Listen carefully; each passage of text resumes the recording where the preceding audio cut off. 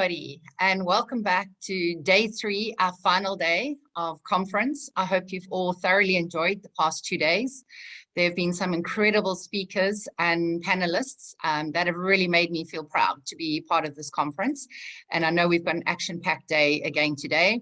And 2 of my colleagues will be taking the breakout sessions. So I know you're going to have an amazing time with that. So over the past 2 days, we've learned a lot more about purpose and change, and the huge positive impact that it can have in your life when you have purpose, when you understand your why, and how that can bring people together, how it can motivate us, and also how it can help us to effect real change. Like the leopard, we are incredibly vibrant, agile, and unique in Africa. There's something really special about people on the African continent. And when Jane mentioned the other day that we have the highest noble goals worldwide, it really made sense because I think we are purpose-driven people. So today we are going to find out more about our well-being and vitality, but I also encourage you to have your brain styles ready because you've already understood, or hopefully understood more about the first 2 scales. Well, actually, I think you've done 2nd and 3rd. We did it in reverse this time. So you understand about your decision making and what drives you. And today you'll find out more about your focus when we have the panel discussion. So why do we need to survive when we can actually flourish? And today's speaker is somebody who has done more than just survive. He really has flourished. And before I do my introduction for him, I just want to remind you that if you're tweeting or mentioning everything, please use the hashtag, the @EQ for Africa, the number 4, and @6seconds, the number 6. So on this note, I'd like to welcome and introduce our esteemed speaker, Dr. Mongezi Makoma. I hope I'm pronouncing it right. He is winner of the Thinkers Top 50 Global Coach Award in 2019.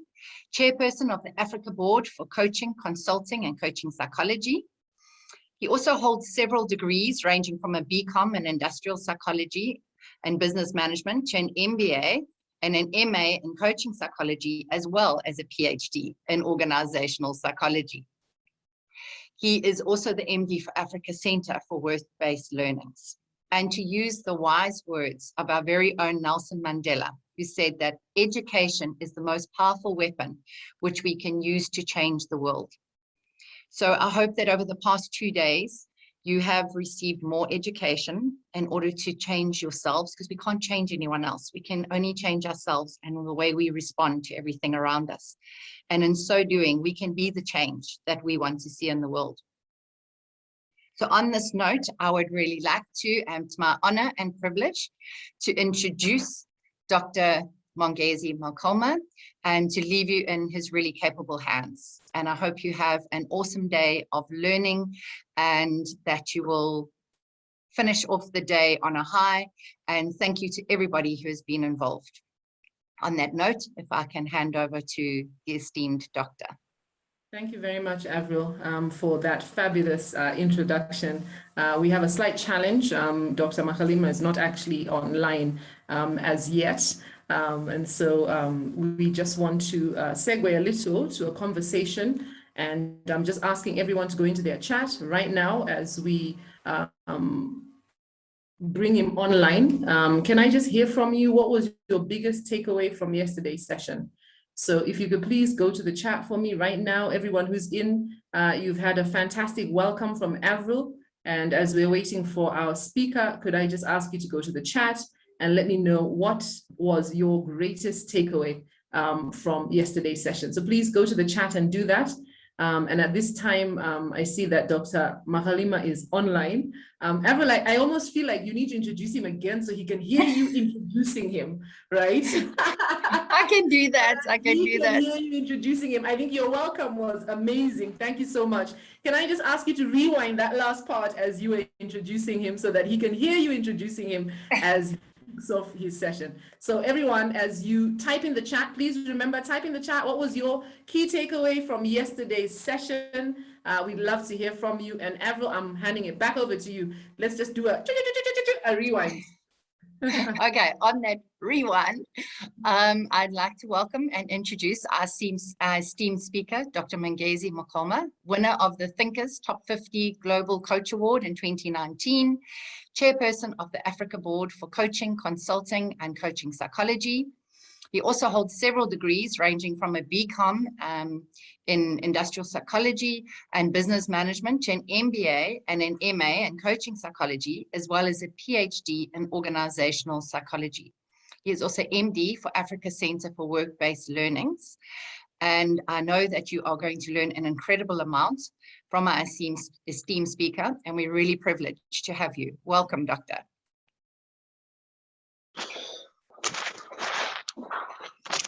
Hello, thank you. Thank you. Good morning.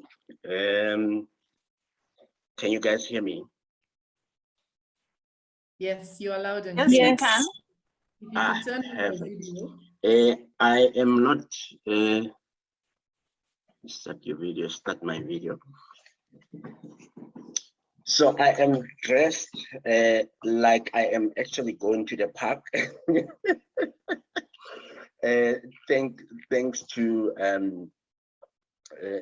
to Corona, it has given me the freedom to actually decide how I actually want to show up.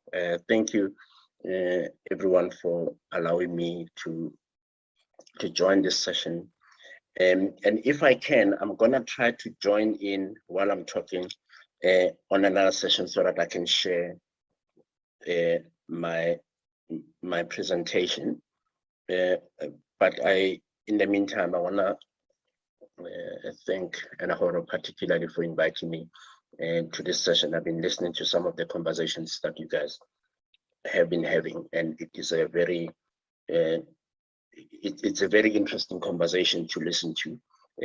I learned a lot because I kind of jumped in and out of the sessions. I jumped in and out of sessions yesterday, so I could catch some of the programs. So the topic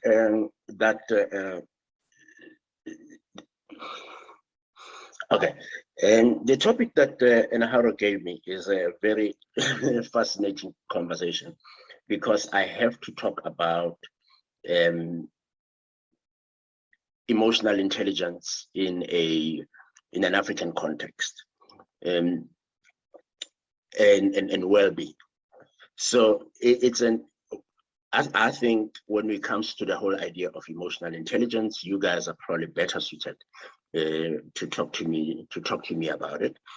Although I know quite a bit, so I had to actually go into my library and pick out a couple of things, because it has been a while since I've had a conversation about that. But I want to start perhaps before we go into all of the details. I want to start with a personal story. I think I have one or two. In 2020, around February, when the coronavirus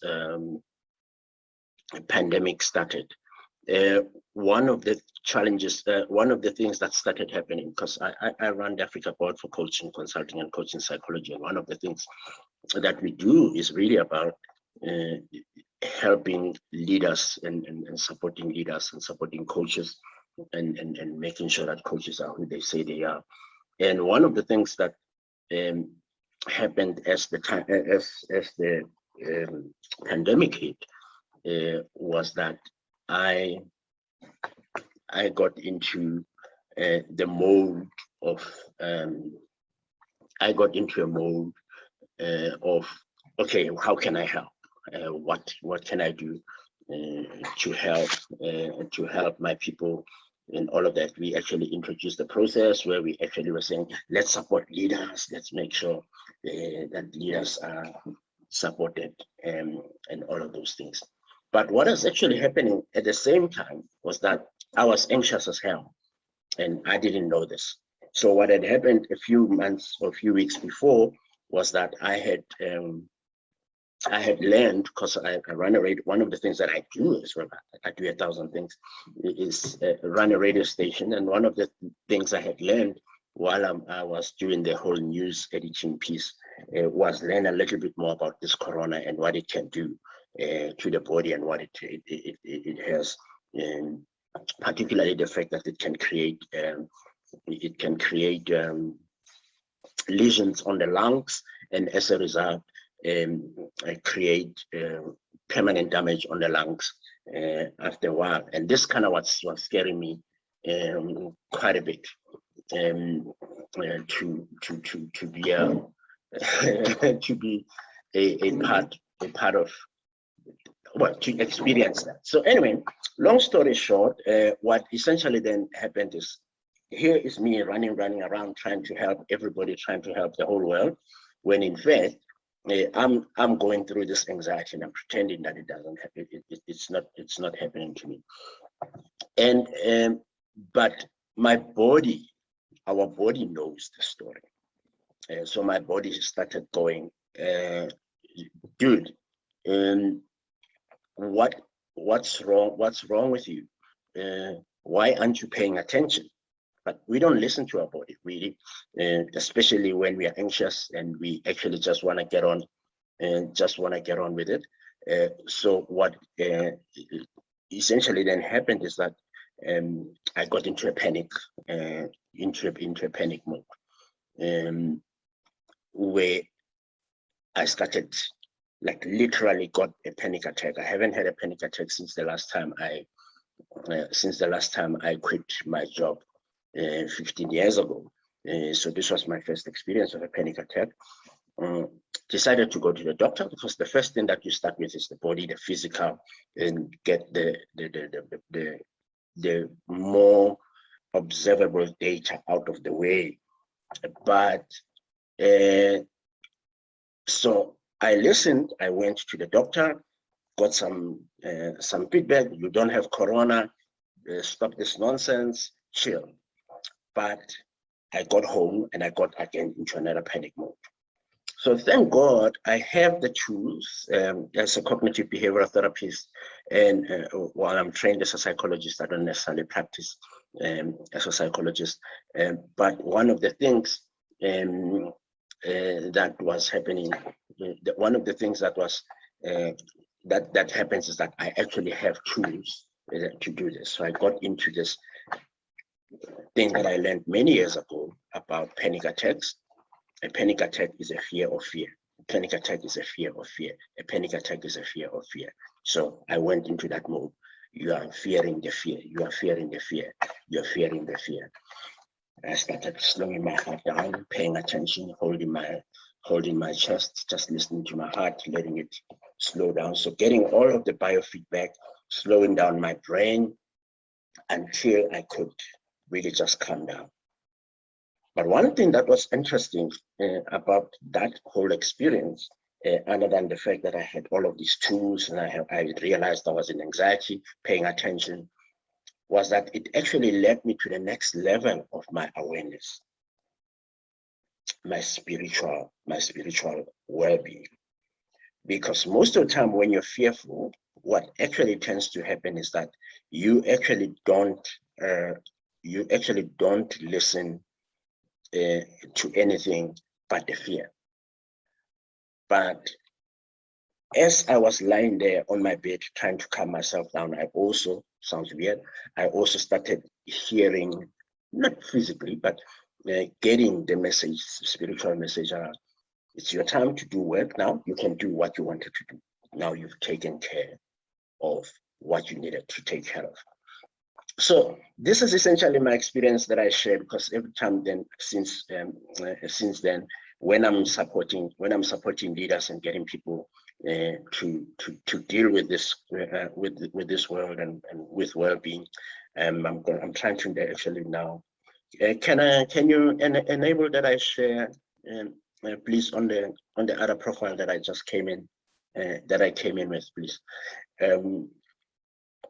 and so as a result, what I've learned, and I'm sharing with people now every time, is, first of all, listen to your body. At a physical level, your body continues to tell you something, but most of the time we don't. What we do because we gotten into this whole culture of competition and running and helping, and so we are in the doing culture as opposed to the being culture, and that continues to give us interesting challenges when now our bodies are talking to us. So I want to share a little bit, and I hope it makes it makes some sense what I'm going to share, because I actually did this on my fridge. So I had the whole drawing thing on the fridge. So I kind of want to engage you a little bit, because I think it's better if we talk about this topic than it being me just saying this is the truth or a truth.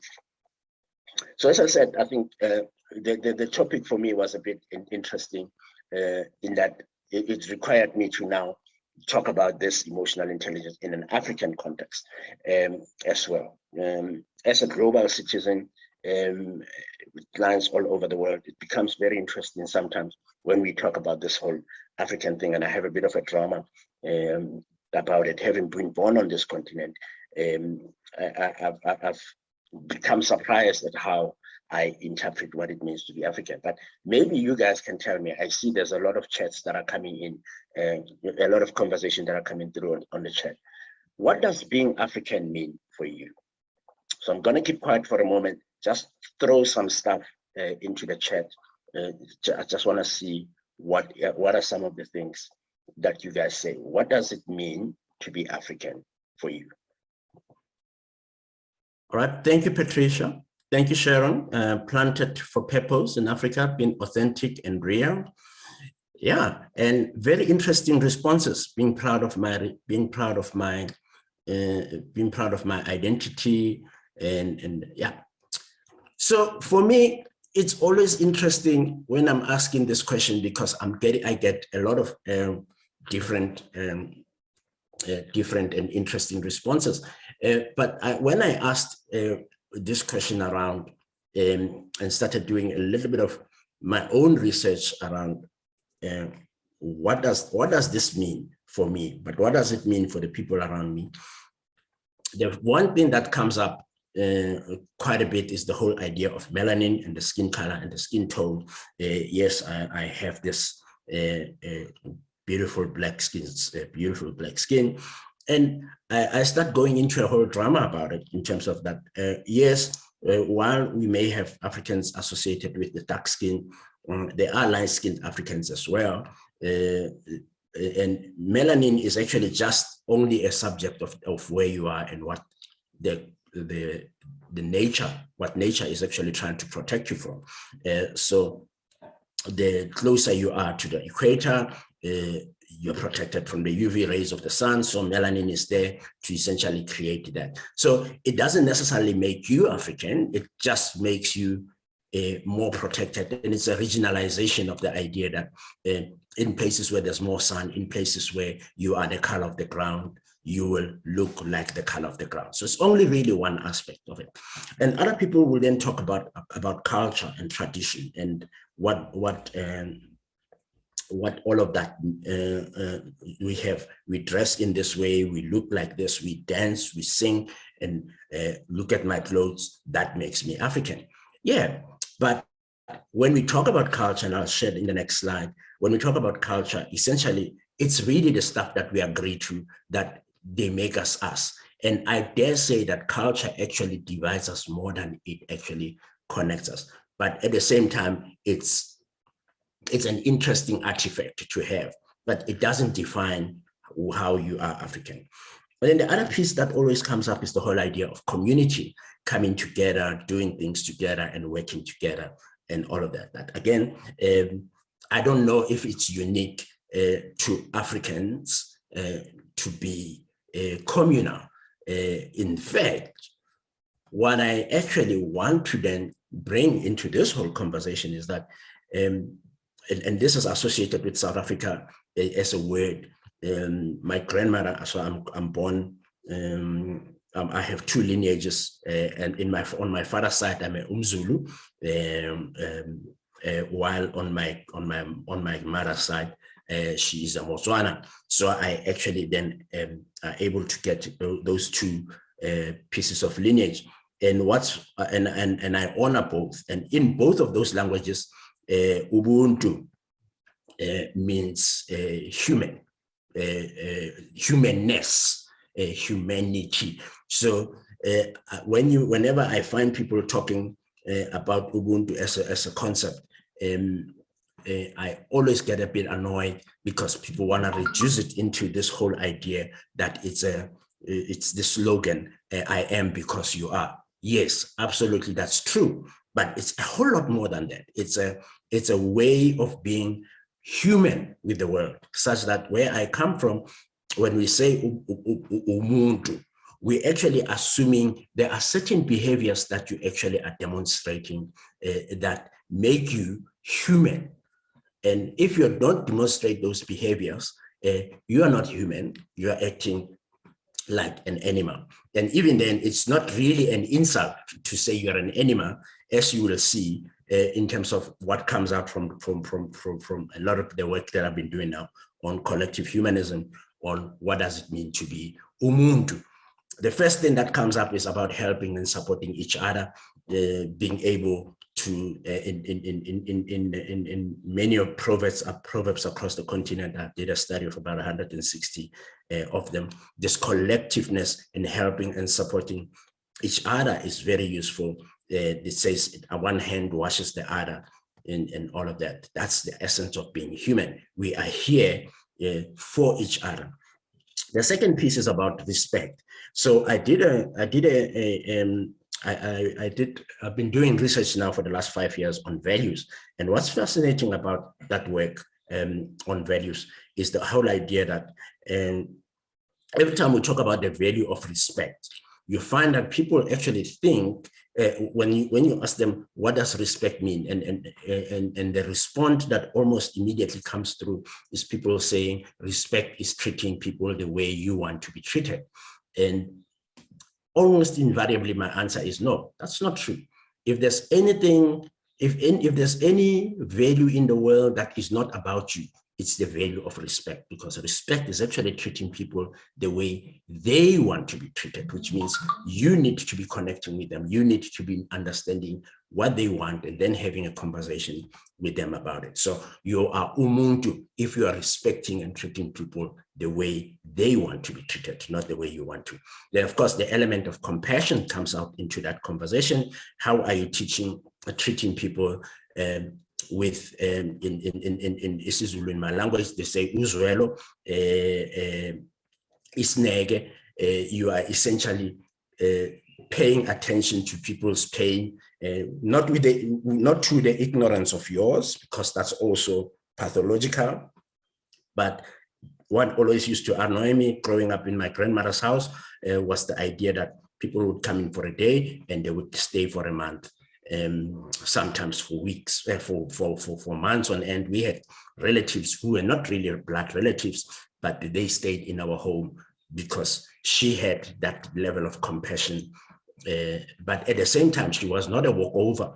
When you started taking advantage of her, she would tell you right to your face to stop it. And again, there's a whole proverb about it in my Setswana language that says "Mueng udinaka di maripa." So I can't translate it, but the short version of it is a visitor knows their place, right? And then the whole element of community that keeps coming up is also there around you are continuously doing things together, the whole collective intelligence. That slogan, because I think that's where the slogan comes from, I am because you are, and being able to understand that I have certain set of skills, I have certain set of knowledge, I have certain set of awareness that you don't have. And I want to tap into that. And then finally, the whole idea of oneness with nature, and as I spoke about animals later, and we have this whole conversation that's happening in the world right now about climate change. Interestingly, Africa, for example, when we talk about emitting emitting gases into the atmosphere and all of that. I'm probably not using the right language. Is probably one of the least emitters in the world. Yet, we are some of the people that are impacted the most by the whole idea of global warming. But when you think about our way of being as Abantu, we are essentially connected to the universe in the way that of how we deal with animals. When you get an animal, you speak to the animal, you tell it, we are going to use you now to feed the whole community, and then you eat the whole animal, and you use the whole animal. The horns will be used for decoration, the hooves will be used for this, and the tail and some parts of it are used for medicine. And speaking of medicine, with COVID-19 coming in, there was a whole drama about people reverting back to nature, using some of the medication that are coming from nature, because we connect with nature in that way. We know, not necessarily know, but that we have our own traditional leaders and healers who understand medication and how to do it. But our parents also know a little bit. My grandmother knew where to get a artemisia medication to essentially give you, but she would give you a little bit in a little bit of a glass. And bear with me, there's a point here, you'll see it. It comes up just now. In a little small glass, you would take it and your cough is gone, right? But now in the drama that are leading up to COVID-19 and what is happening, everybody trying to go to compete with each other to say how traditional I am. They're actually poisoning themselves, drinking this artemisia, drinking a whole cup of it, and you find people ending up again in hospital because they've used our medication, they've used our traditional knowledge incorrectly. So all of this is a whole idea around being umuntu, and I'm curious. I'm not necessarily going to look at the comment now, but I'm curious to hear, how does this compare to how being umuntu, a human, look like to you? So what we have adopted as a result in terms of the particular behaviors as we evolved into this modern world, we got into adopting more cerebral behaviors that are exactly the opposite of what being umuntu means, which is really about helping and supporting, and not necessarily from an evil perspective, because I don't necessarily want to make it about evil, probably about industrialization, probably in response to some of the pressures. We actually got into a space where, so I'm going to summarize what you are seeing there on the screen.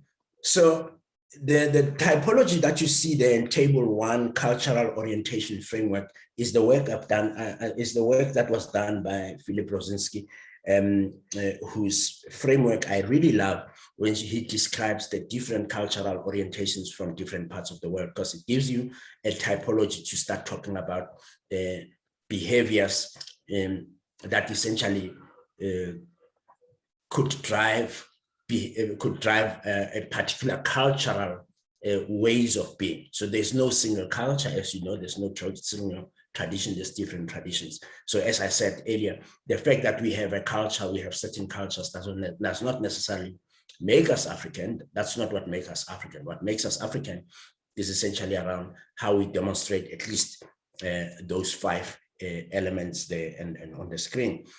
But what we've done, we've moved into a calculating, planning, control, certainty, individualistic culture. We're continuously searching to be very clear, very clever, very certain. We are competing. Is the whole thing about the smartest child in the room. It's always about, when you're in a boardroom, there's this whole competition. When you are a female and you're hired, you don't feel enough to be just a female being in the boardroom. You want to go now take on these masculine behaviors of believing in scarcity, working, doing, hierarchy. So all of those behaviors, what do they do to us? Even as I'm saying it, I'm getting really tired. I'm getting quite exhausted, because there's like all of this action, and we're feeling like we don't actually have time to rest. Now, COVID came and it made it even worse, because now I would sit with executives, I would sit with leaders on the other side of the screen, and they don't even know how to engage with the screen because they're used to, forgive my language, kicking some ass. So how do you do that behind the screen? That now gives a different kind of frustration, but there is no time for chilling, reflecting, standing back.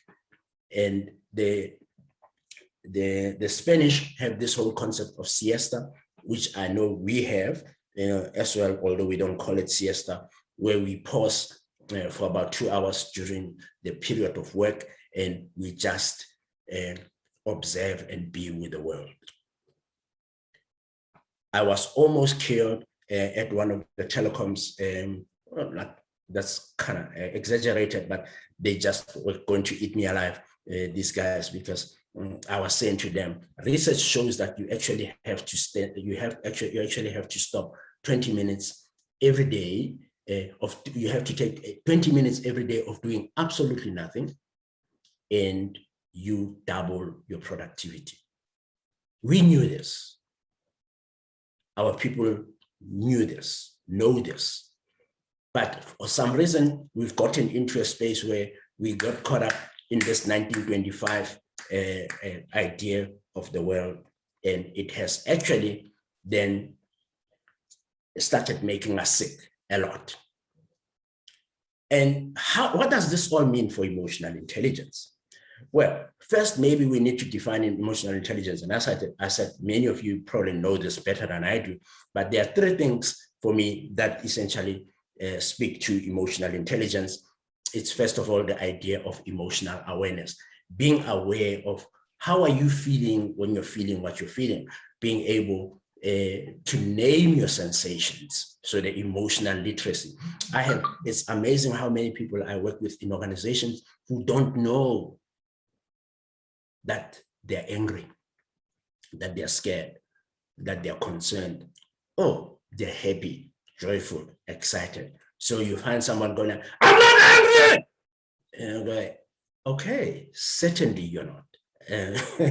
Based on that reflection. So there's many people, when you ask them how they are, they just go, I'm fine, which is not a response to how are you. And one of the things about Ubuntu, the whole concept of Ubuntu is about seeing people, right? That whole idea of respect. So when I come into the room, I say, Sawubona, I see you, Dumela, agree that you are here, and that paying attention, how much time do you find we slow down to see people?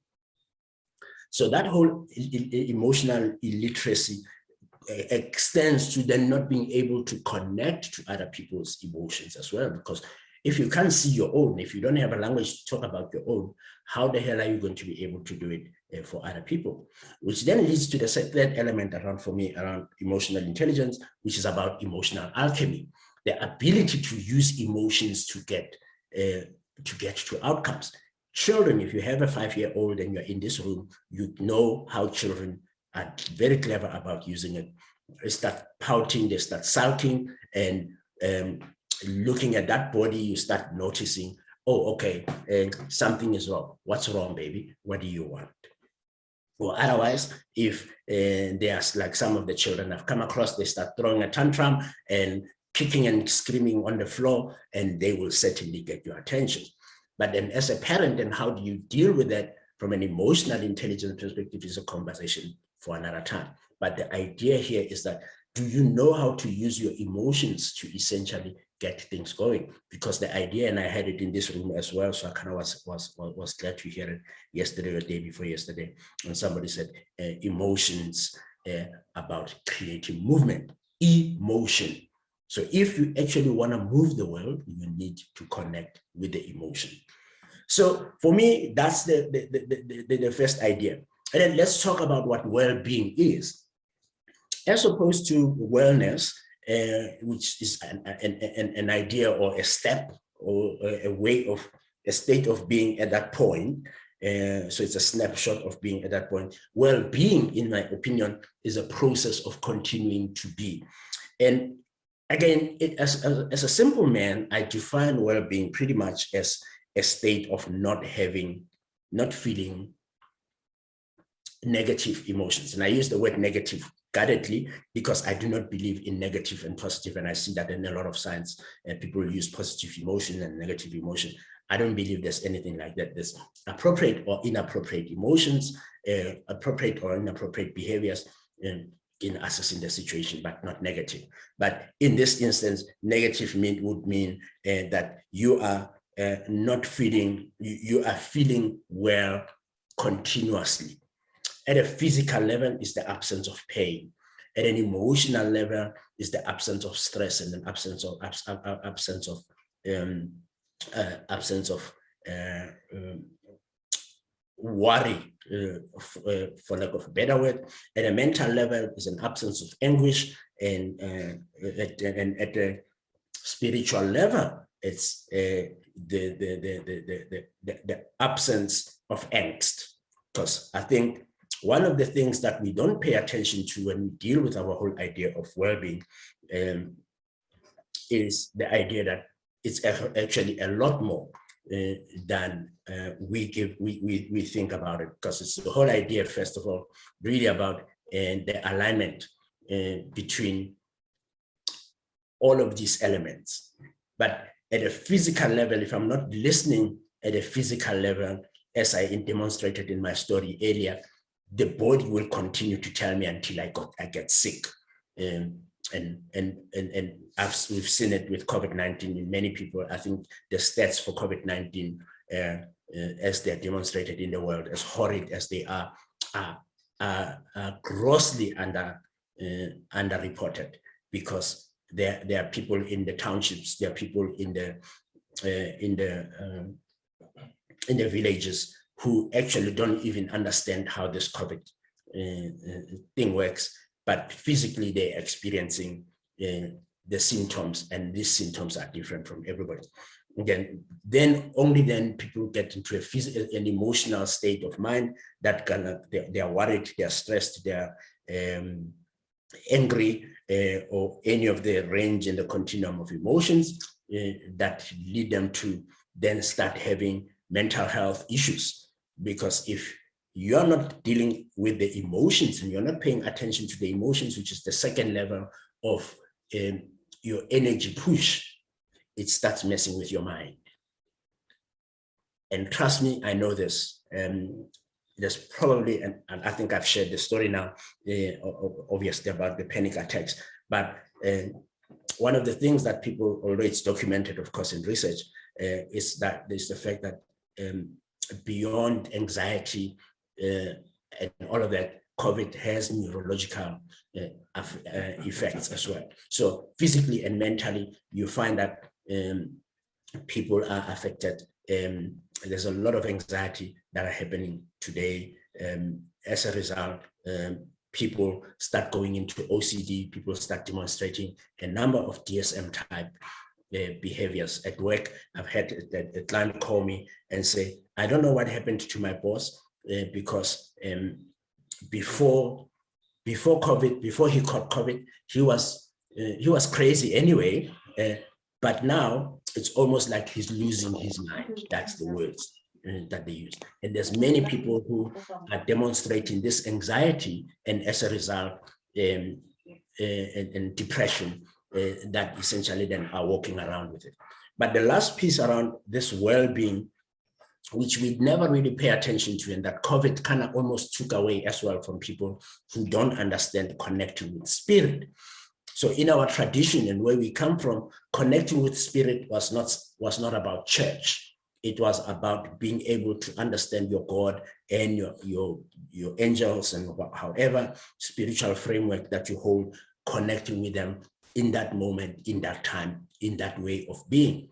This is pretty much the same with the Buddhists, for example. It's pretty much the same. I mean, Bhutan is used as one of the examples of the countries that are happiest in the world, and mostly because there's a lot to learn about ourselves as a community of this on this continent in Bhutan, because they've retained a lot of what is originally Ubuntu frames, because humans come from here. They come from this continent, so going everywhere else into the rest of the world. So a lot of the indigenous practices in Australia, in the Aborigines, with the indigenous people of Australia, in Canada, in the Americas, the Mehinaku in the south of America, in South America, there's a whole similarity of these behaviors I've demonstrated, and the spiritual frame is pretty much the same. That says there is something other than us that exists, that connects us. And people were talking yesterday about purpose. When you start connecting to your spirit, even as you're doing everything else correct and you're physically fine, you're emotionally fine, you're mentally fine, Dr. Maldo Masome talks about how people disconnect experience around the age of 33, 34, disconnect, show spiritual disconnect with matter, he calls it. He says then the people all of a sudden get into this psychological spiritual angst, and while they're winning, they have money, they're succeeding everywhere, they still feel like something is missing. And they start going to India to go and look for enlightenment. I don't know why they don't come to Africa, because that's kind of like the original space for that enlightenment, but it's a conversation for another day. When they do, that's mother, he says. That's mother saying, my child, your work now of growing up is done. Your work of contribution has begun. And there's a lot of spiritual disalignment in organizations that I know, because that's the work I do now when I'm coaching leaders. I don't coach them to be smarter, because they're already smart.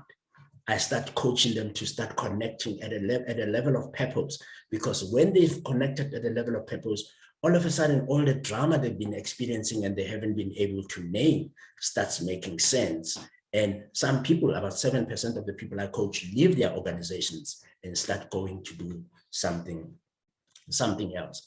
So I don't know if I'm making even more sense. So I'm just about to wrap up, but I think the big issue, the big idea that I'm talking about here for me is well-being is antithetic to the way we are starting, the way we've been working right now in the world. The whole, I'll use the word Western, but for me it's Northern, the whole Northern frame around business, around control, around certainty. How is that going to help you when the universe is random?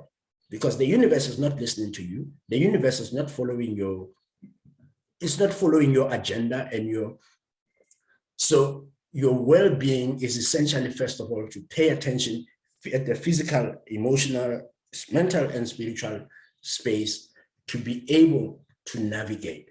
And I'm not saying, and this is the work now that is interesting, I embrace the work of Dinia. Ed Dinia was essentially known as the father of happiness, Dr. Happiness.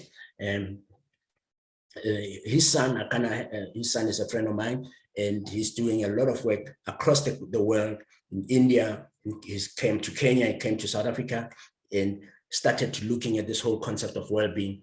And you'll see that his definition is pretty much in line with how I also take it, except of course the whole idea about positive versus negative, but it's really about overall satisfaction, positive affect, and lower levels of negative affect.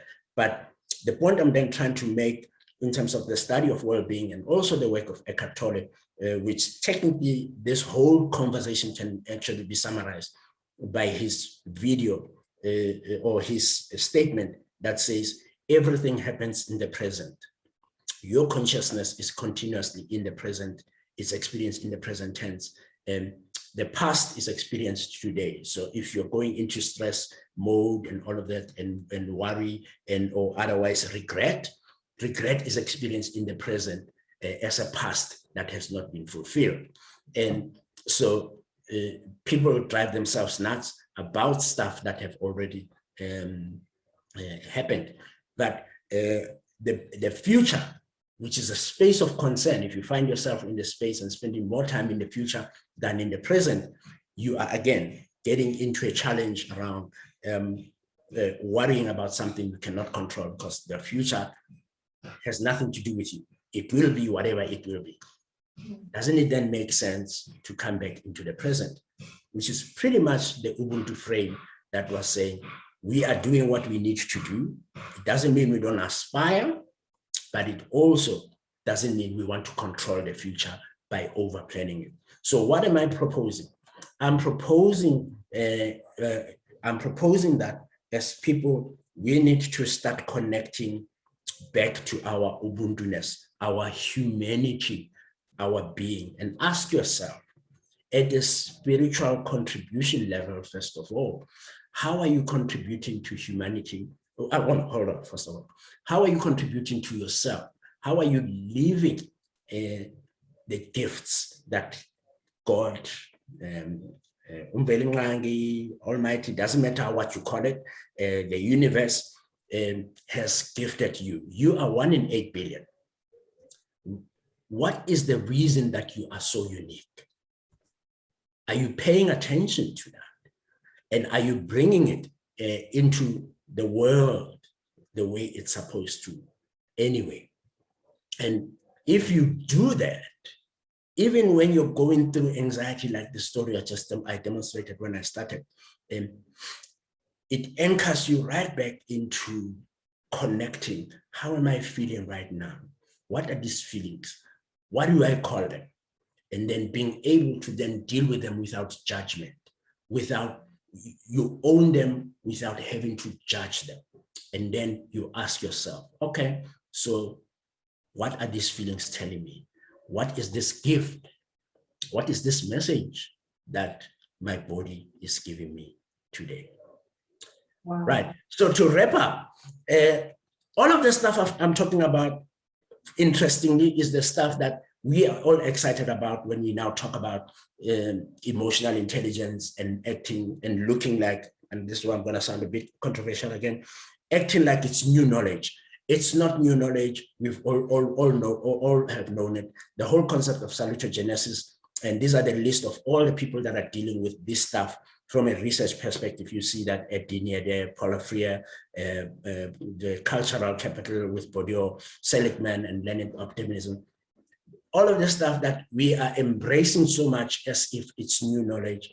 Our grandparents, our great-grandparents already knew it, but we didn't necessarily give it names. The whole world around self-awareness, social awareness, and self-management and relationship management that Goldman started sharing is not new.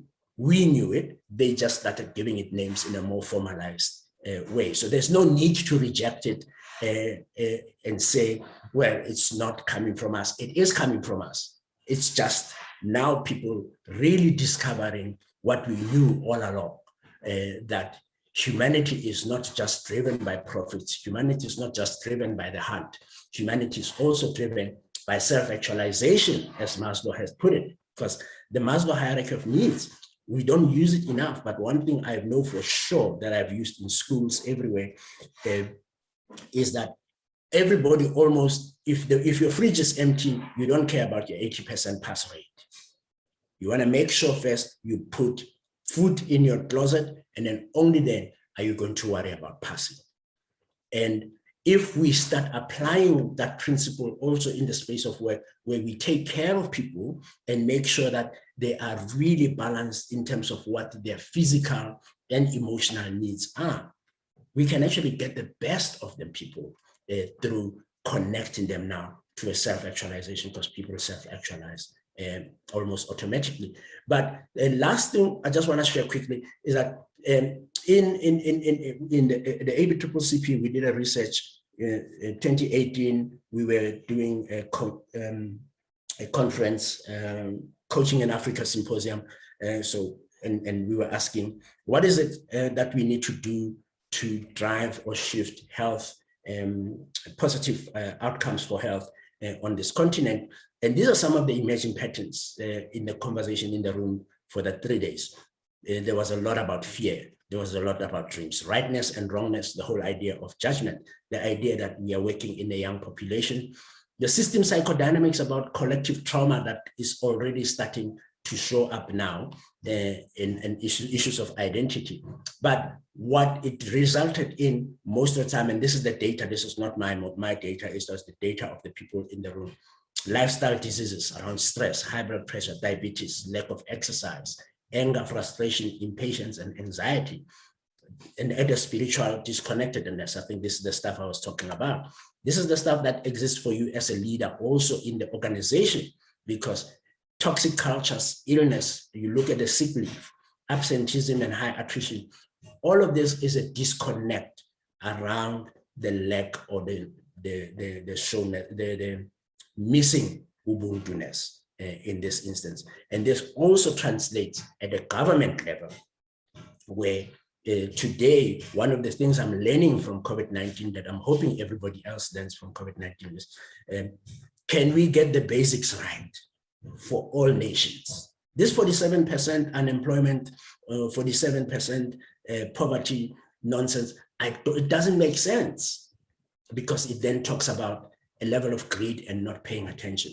Let's get the basics right for everybody in the world, because then we can have higher working, higher functioning people.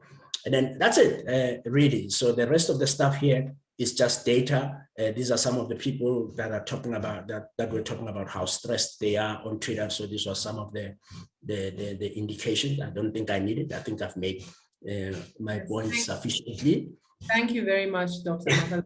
Yeah. Unfortunately, our time is fast spent. So thank you so much for sharing the amazing insights. If you have a look at the chat, you will see the comments that have come through as a result of everything that you've shared. I think people were following along keenly and were very interested in the insights that you were sharing. So you can have a look at the chat, and perhaps I see a couple of questions on the chat. If you don't mind, you could just share your responses on the chat as well, and we can continue to continue this conversation beyond this session. So thank you very much for your presentation this morning. I hope it's something that we could gain access to, so we can share with all the participants, or perhaps you could just put it together for us, and when we are sharing all the post-conference material, we can share that as well. So thank you very much. You can see all the comments on the chat that we've really been blessed by what you have shared. And I think it's left us a little hungry for more. I think I'm not the only one thinking, oh my goodness, I want to hear a bit more. So unfortunately, our time doesn't allow. We want to move into the next segment of our conference. Yes, I can see the comments there. Yes, please, let's have Dr. Magalima back. So we'll see how we can engage with you again, so that we can continue this great conversation. Today we're talking, as you heard from Dr. Magalima, about vitality and well-being. And I really like what you said about well-being, you know, really from an African construct. Not only that, this idea that these concepts are not new concepts. They are concepts that maybe just have been named something different, put together in some sort of structure. But these are ideas that have existed. So we're going to go into our breakout rooms, and we're talking about what it would mean to have the emotional and mental well-being to flourish even in challenging circumstances. What if we could understand and talk about our feelings? If we could see feelings as normal, as a useful part for the individual and for collective well-being. So we're going to go into breakout session where we'll explore what well-being really means. I think it will be a great follow-on to what we have heard shared so far, and how we can shift from burnout to well-being. And our breakout sessions are going to be facilitated by two fabulous ladies, Sharon Deal, the founder of the Who Am I Foundation, and Tandim Vakali of Larona HR Solutions. So we're going into our breakouts. We're in our breakouts for an hour and 15 minutes, and then we will come back for the panel discussion, again, as we continue this conversation about well-being. So the breakout rooms are open.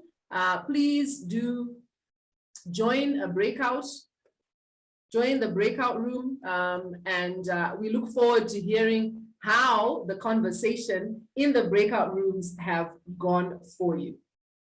Sharon, I think you shared while you were still here. So if you can just join the breakout room first. Awesome. Thank you very much. The breakout rooms are open. Please join the breakout rooms. Welcome back from the breakouts. I trust that you had a great conversation there. And I want to take us quickly to the next part of our program because we are running a little behind schedule. So I want to quickly take us to the next part of our program, which is our panel discussion. It's okay not to be okay. How to successfully navigate burnout. The outbreak of the coronavirus has impacted us in varying ways across the African continent. We've all suffered some form of loss of loved ones, loss of income, job losses, and a loss of normalcy, the way that we used to do things. In this period of uncertainty, many of us are experiencing heightened levels of stress and anxiety. In the workplace, employee health and well-being has never been more at risk than now during this pandemic. According to research, the emotional challenge is steadily increasing, driving greater absence and presenteeism, which is being at work without really being productive, and we have lower levels of engagement. In this panel discussion, our panelists, guided by our moderator, will explore how individuals can find balance and how organizations can support teams to move from burnout to well-being. I'm delighted this morning to welcome our moderator, Tessie Omulo, the head PR and communications at Centonomy. And Tessie will in turn invite her panelists to join her as they have this conversation. A quick reminder, if you are not on the panel, please do turn off your video so that we can focus the video for recording on those who are on the panel. Tessie, over to you. You're very welcome. Wow. Thank you so much, Mucha. I am excited to be part of this panel discussion and in turn, just the entire conference, the EQ for Africa conference. It's day 3 and it's the last day. I know we have some type of feels about it being the last day and us having to say goodbye today. But I think we've had meaningful conversations over the past 3 days. And so it's not necessarily goodbye. It's see you again as we continue to connect beyond this platform today. So like Mucha has said, my name is Tessie Omulo. I am the head of PR and communication at Centonomy, and I will be moderating this session today. I have an amazing panel. And when I was going through their bios, I was mind blown. And I'd like to go through them, but I'd just highlight a few things that I took out from their bios, and I'll give you a little bit of homework to go back to their LinkedIn profiles and to the EQ for Africa website to just read more about what they do and who they are. So I'm going to go right in and welcome Monica, who's already on screen.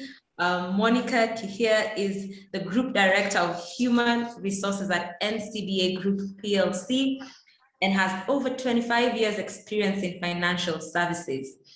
She's also a certified coach.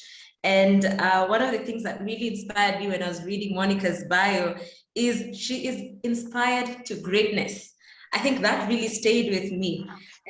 And as her personal mantra, she believes that each human being should be able to identify what their purpose is through life and use it to make a difference and ideally leave a legacy as they go through their life. So that is Monica in a nutshell. Monica, welcome. You can wave to our participants. Then we'll give you an opportunity to say hi as we get into the session. I'll go to the next person on the panel, and my next panelist is Glenda Nomdo. Please don't kill me if I butcher your name. Today I'm going to learn something new. So I'll allow you to let me know how I can pronounce your name better or if I'm doing it correctly. Glenda heads the employee well-being for Standard Bank Group. She's a seasoned professional in the health and well-being industry.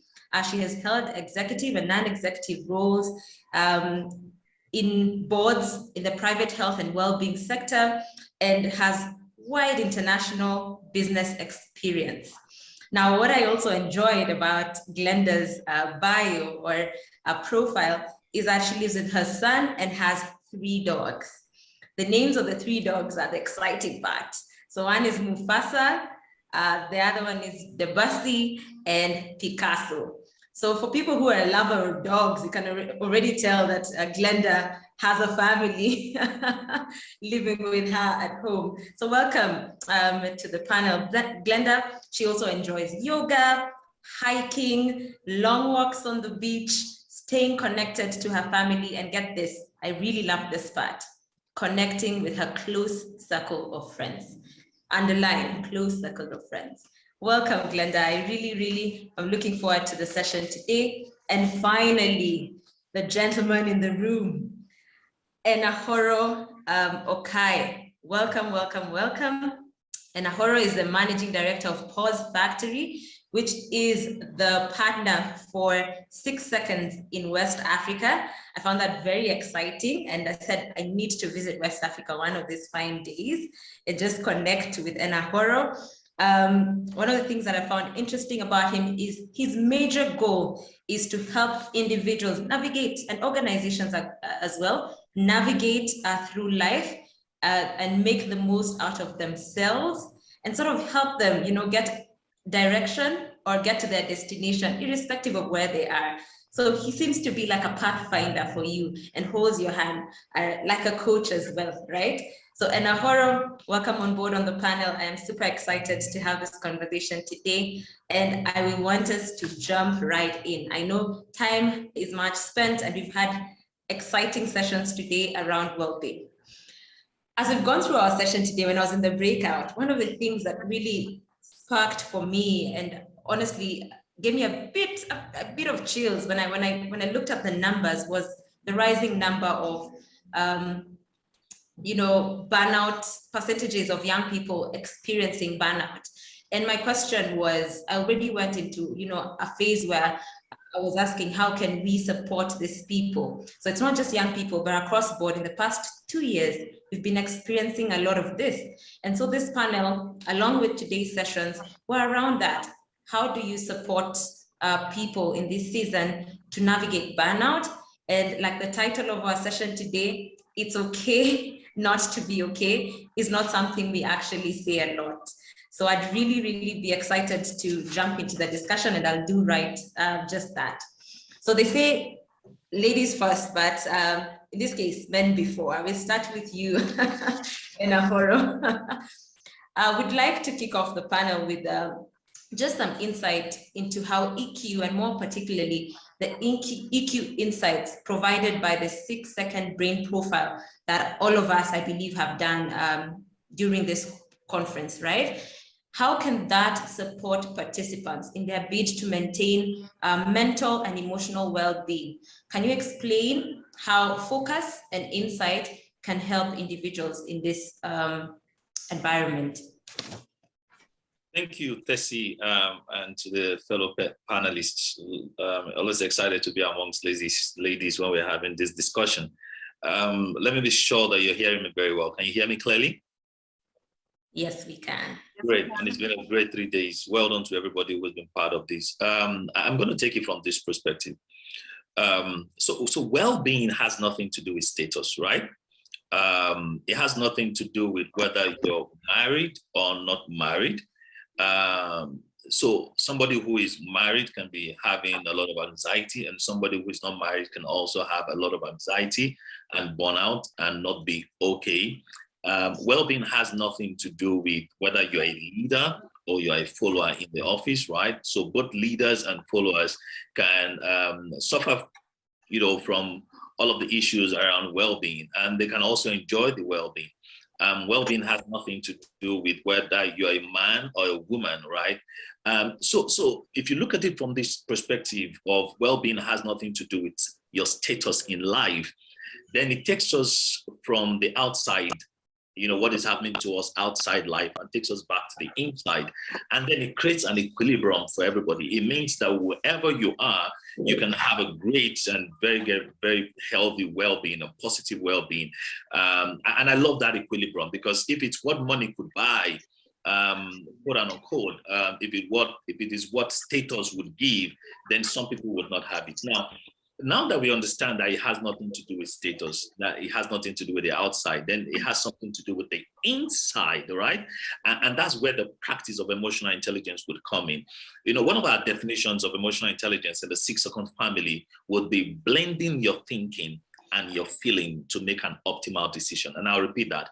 Emotional intelligence is about blending, effective blending of your thinking and your feeling to make an optimal decision. Now, when we then look at thinking and feeling and realize that they have everything to do with the inside of us, then linking emotional intelligence and well-being will then be, how do you blend what you're thinking and feeling about the things that are happening in your life, your work, your relationships, your marriage, your goals? How do you blend what you're thinking and feeling about all of that and make an optimal decision for your well-being?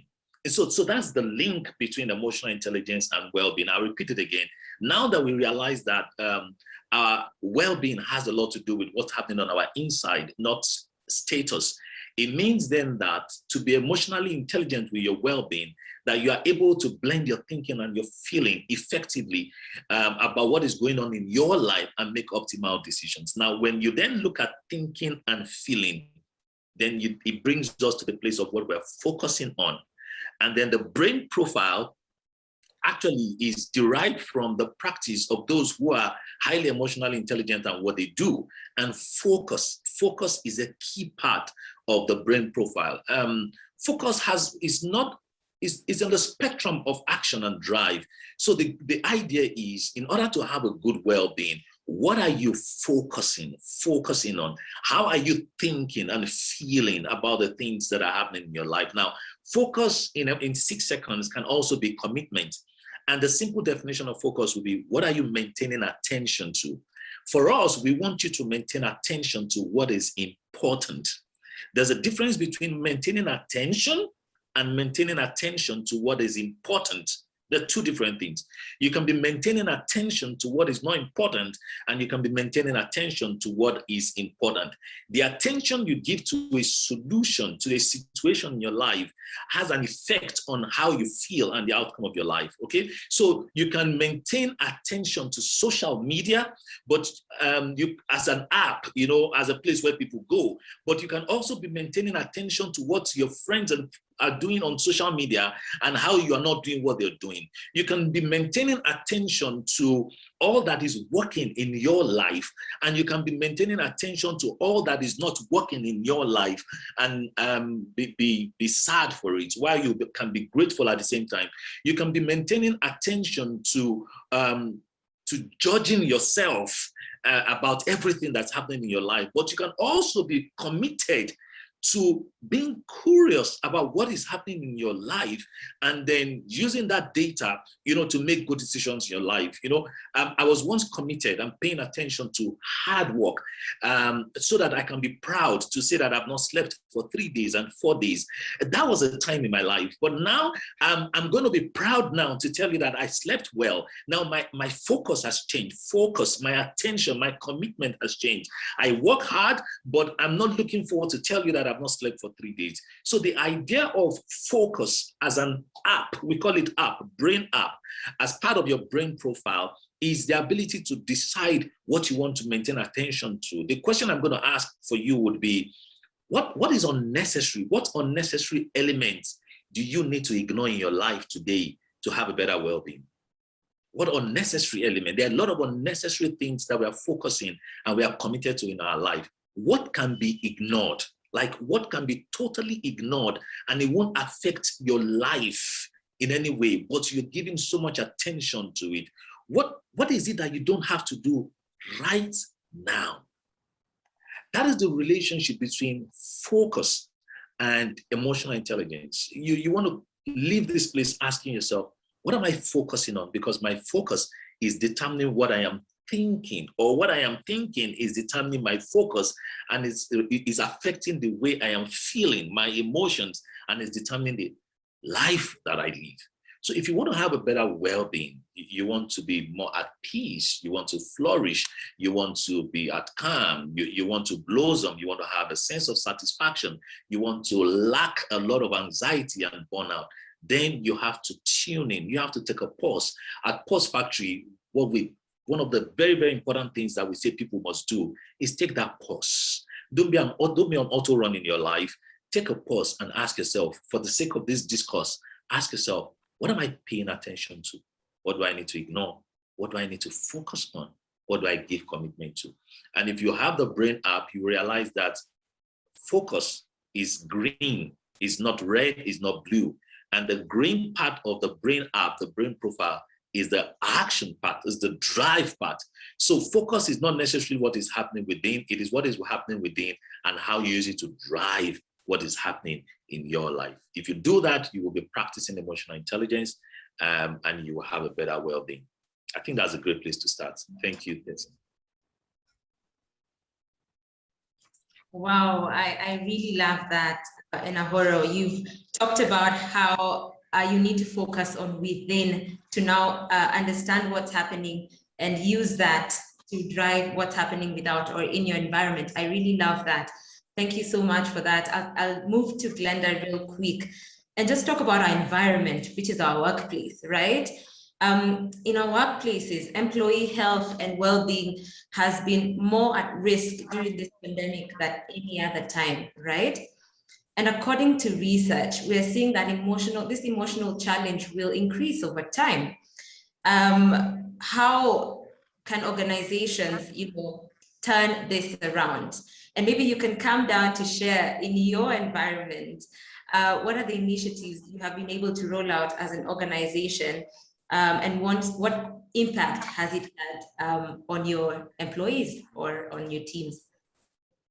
Thank you so much, Tessie, for that question. And it's such an important question, just reflecting on what our previous speaker, Aurora, said was that the pandemic has definitely had a significant impact on our mental well-being and our overall well-being. And this we've seen in, reports where people have reported increased levels of stress, anxiety, depression, burnout. You spoke about burnout earlier on, Tessie. And what the pandemic has done was brought into sharp focus employee well-being and has amplified what we do in this area and what we have done in the area of employee well-being prior to the pandemic. So when we look at when I reflect on our organization and our response to the pandemic, there were three key things that drove our response. And the first one was really heart-centered leadership or compassionate leadership. I think we've all heard the research that we have moved away from servant leadership to heart-centered leadership. Compassion and empathy are, key leadership qualities and behaviors that are needed now and into the future. The second thing that has driven our approach is really living true to our people promise that we are truly human at heart. And the third area that has driven our response was really creating a caring working environment in which the well-being needs of our employees are dealt with respectfully and empathetically. So that has been our approach. When I reflect on the solutions and interventions that we've landed over the last 18 months and also prior, so we've amplified some of the things that we've done prior to the pandemic. In terms of support programs, we've offered and amplified counseling and support, guidance and advice to our managers. We have implemented a COVID-19 helpline for our employees and our families. Ergonomics have become a big issue with remote working, etc., and people working either from their kitchen table, and some people have been working from their cars. So we've put in place an MSK helpline to help our employees deal with ergonomics and, other pains and strains that they might be experiencing. The other thing we've done in terms of support was really roll out a host of emotional impact sessions. And, Aurora, I hope I'm pronouncing your name properly, you spoke about really pausing and checking in on ourselves. And I believe that our relationship with ourselves is the key to well-being. So, you know, the purpose of these emotional impact sessions is really to get teams and leaders into conversations to reflect on where they are at. What are they feeling? How are they coping? What's triggering that? And what do they need to do to recalibrate their well-being, or to address the issues that they are having difficulty with? The other support that we've put in place are for individuals who are living with comorbidities. And we know that if individuals are living with certain comorbidities, it's just increased their risk and their vulnerability within the context of the pandemic. So those are some of the supportive initiatives that we've put in place. However, we've also had a very strong focus on proactive interventions that are aimed at building capability to address personal and professional challenges during this pandemic. And some of the training journeys that we've designed and implemented and interventions include, you know, building personal resilience and embracing change. In Aurora, you spoke about being curious. So let's be curious, you know, igniting hope and positivity during difficult times and really reflecting on our internal narrative. You know, are we using hope-catching language, or are we getting, you know, caught up in a negativity trap? The other things that we've done has been, you know, a host of conversations around mental health to destigmatize it, dealing with multiple demands and work-life integration. And then lastly, you know, I'm not going to go through the whole list, Tessie. Lastly, just how do we create a virtual of care, but beyond a virtual culture of care? How do we create a culture of care within the organization so that, like I've said, we can live true to our people promise that we are human at heart? The impact of these initiatives have been that our employees feel that, you know, Standard Bank cares about their well-being, and that we are interested in more than just the bottom line, but that we are interested in them and their personal well-being. And I think that is huge, because, you know, when employees feel that they are cared for and that we consider and embrace their whole person, then things like discretionary effort, engagement, and productivity, you know, increases. It has a positive impact on those things, Tessie. So I'm going to hand back to you. Wow, thank you so much, Glenda. Some of the things that stood out in your response are your people promise is human at heart, and I really, really love that. And a lot of people would say, you not just say it, but you do it. And that's how you've explained the tools that you've put in place, the kind of resources that you've put in place to support people. One of the things I also really loved was the fact that relationship with ourselves is key to emotional well-being. So just linking that to what Enahoro had said, you focus on within. You have to have a relationship with yourself for you to now just navigate the things that are happening around you more effectively. So thank you so much for that, Glenda. I will move to Monica. Monica, welcome on board. Last but not least, but welcome to this whole conversation nonetheless. Thank you. You're welcome. You're welcome.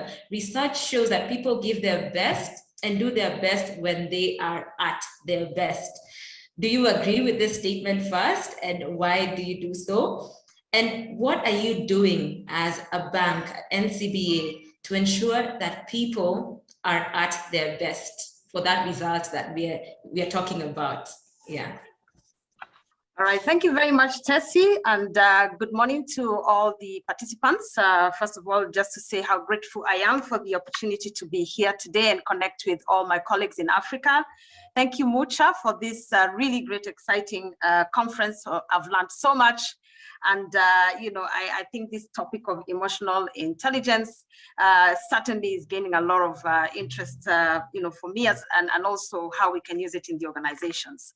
So to the question, do I believe that people do their best and give their best when they are at their best? I think the answer is affirmatively yes. And I will start with a quote, which I did come across by Jessie J. I think most of you have probably seen her quotes. Her full name is Jessica Ellen. She says, "It is healthy to admit that you're not okay." And I really loved the session this morning when we went through the discussion of a healthier workforce.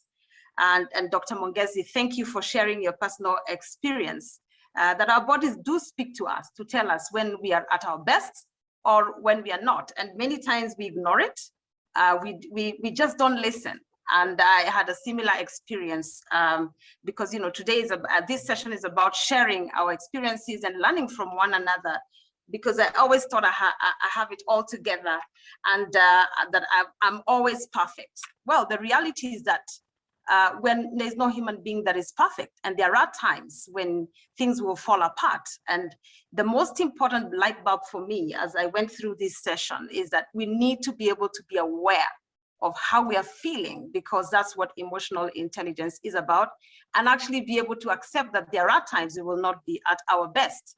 And I did also face a panic attack at the beginning of the pandemic, because I think I was, I think he said the fear of fear.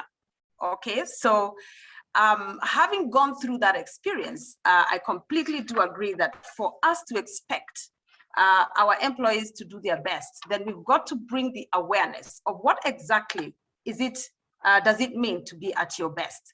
And so for me, as I looked at it and related it to NCBA, as you can see, my background is NCBA. I've been very privileged to have been part of the merger.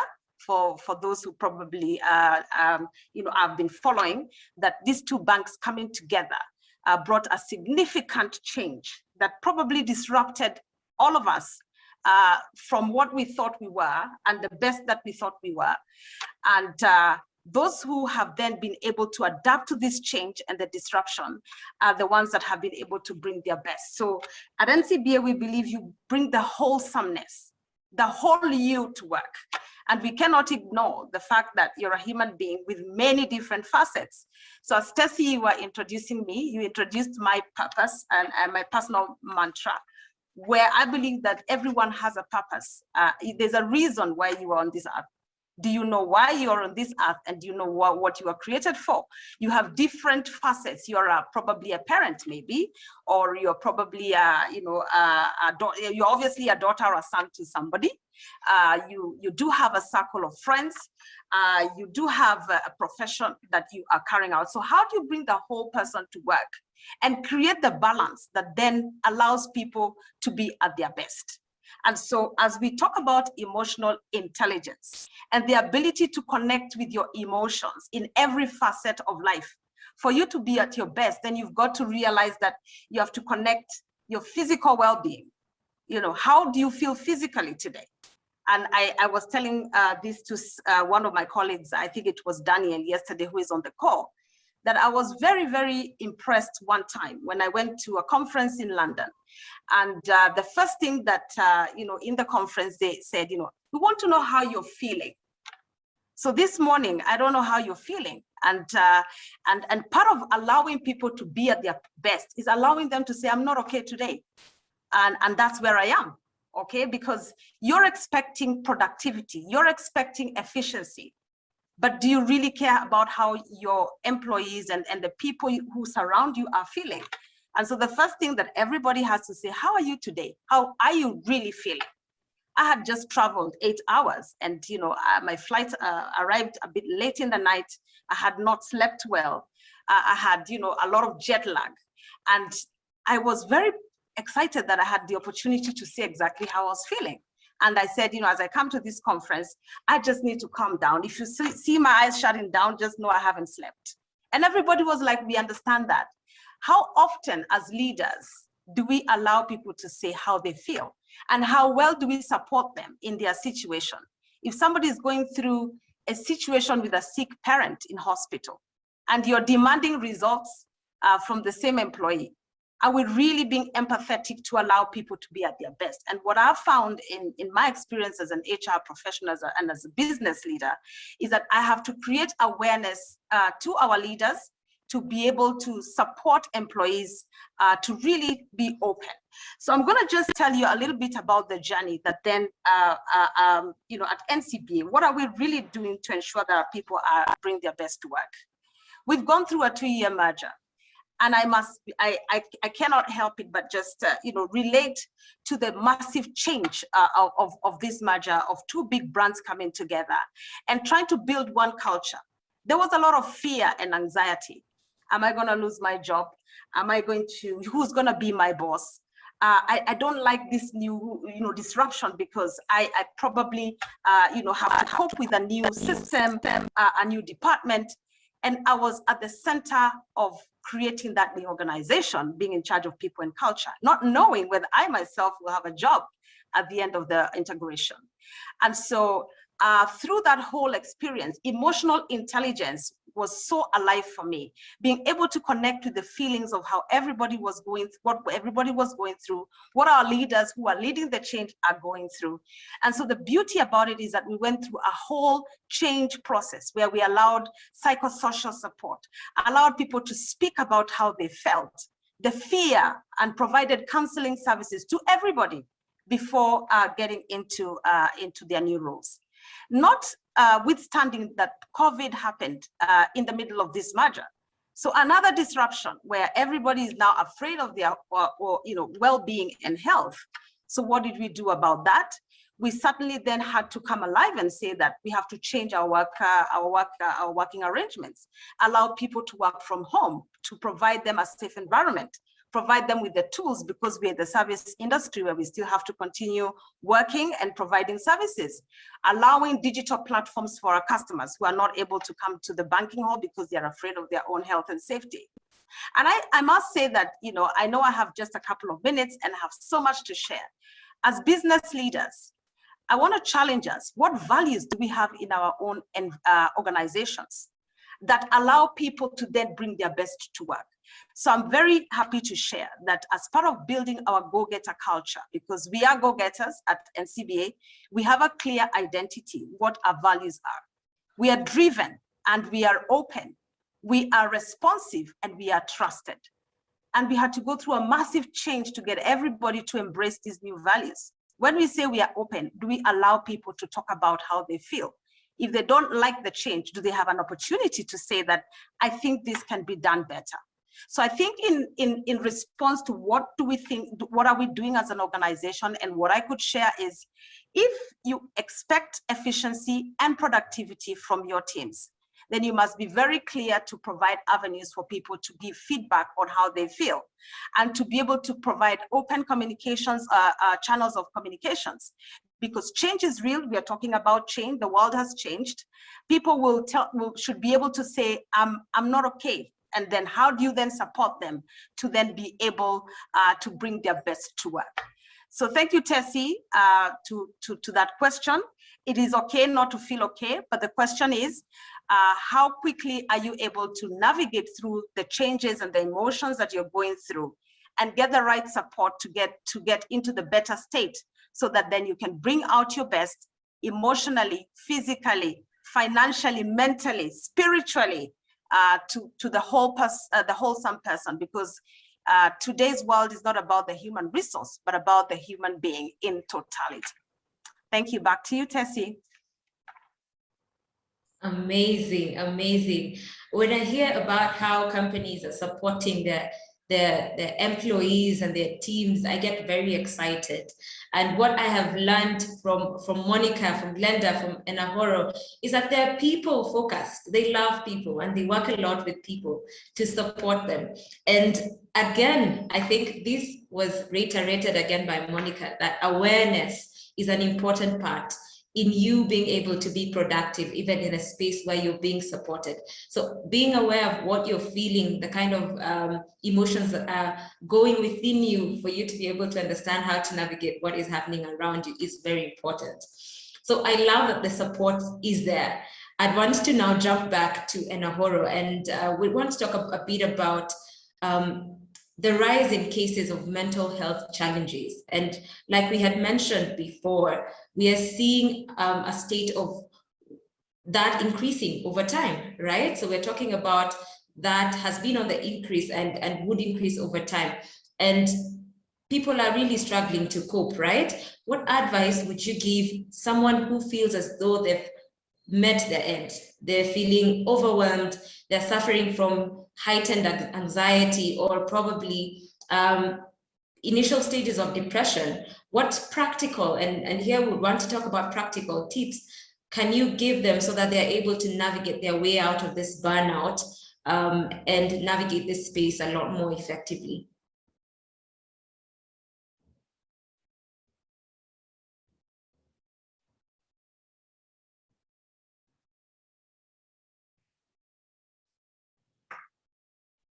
Unmute.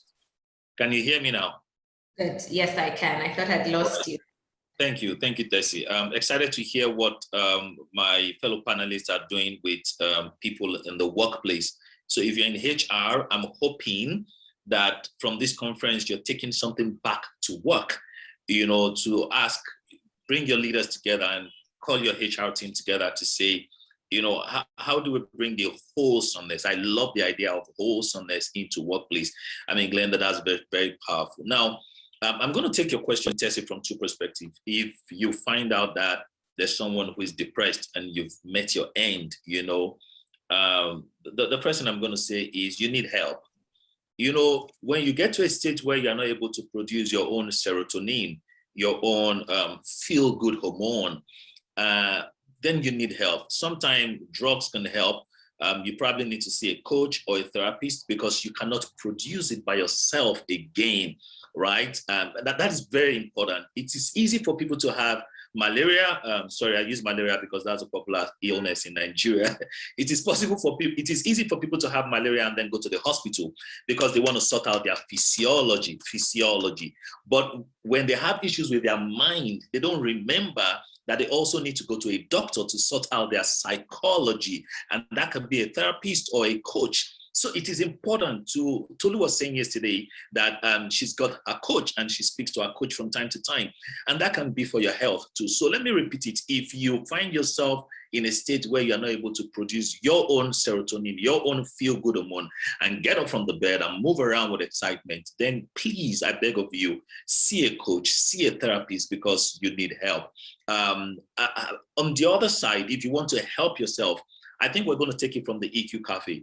You know, when we're having the EQ Cafe, there was a part where in the EQ Cafe earlier today where you needed to decide what you're going to do.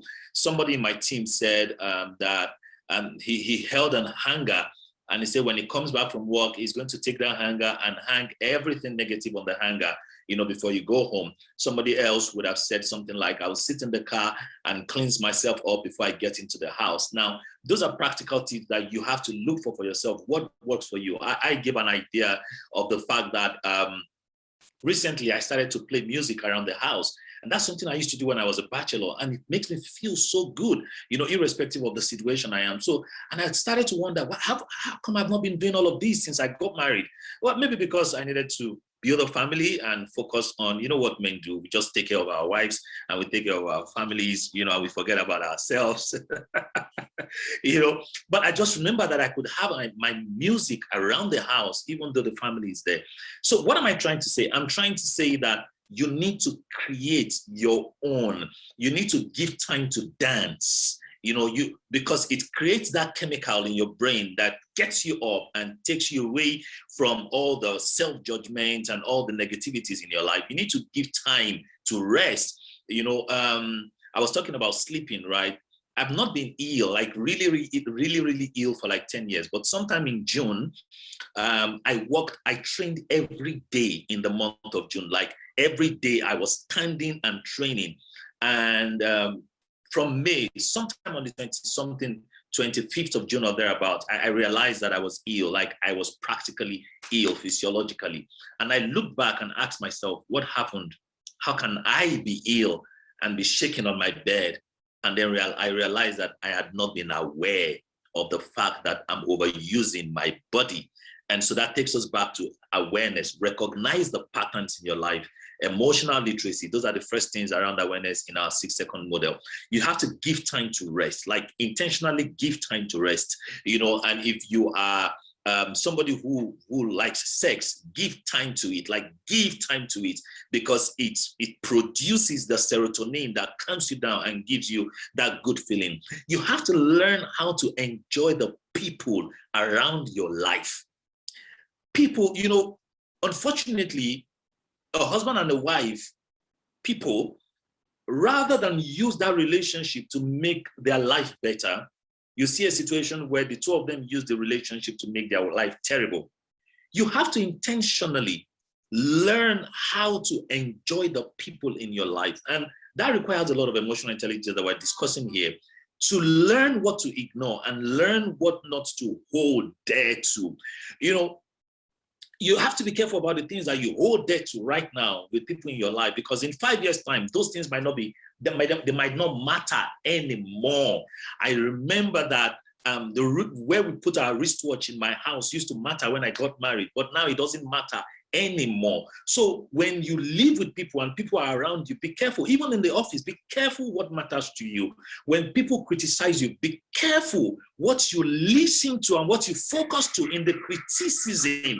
You can focus on what you need to learn, and you can be focusing on the terrible words that the person is using. It is your choice. It is your power to choose what you want to focus on when someone is criticizing your work. You have to learn how to determine what you want to focus on, because these things are going to eat you. You have to give time to good meals. You see, ask yourself, what are the things I can control and the things I cannot control?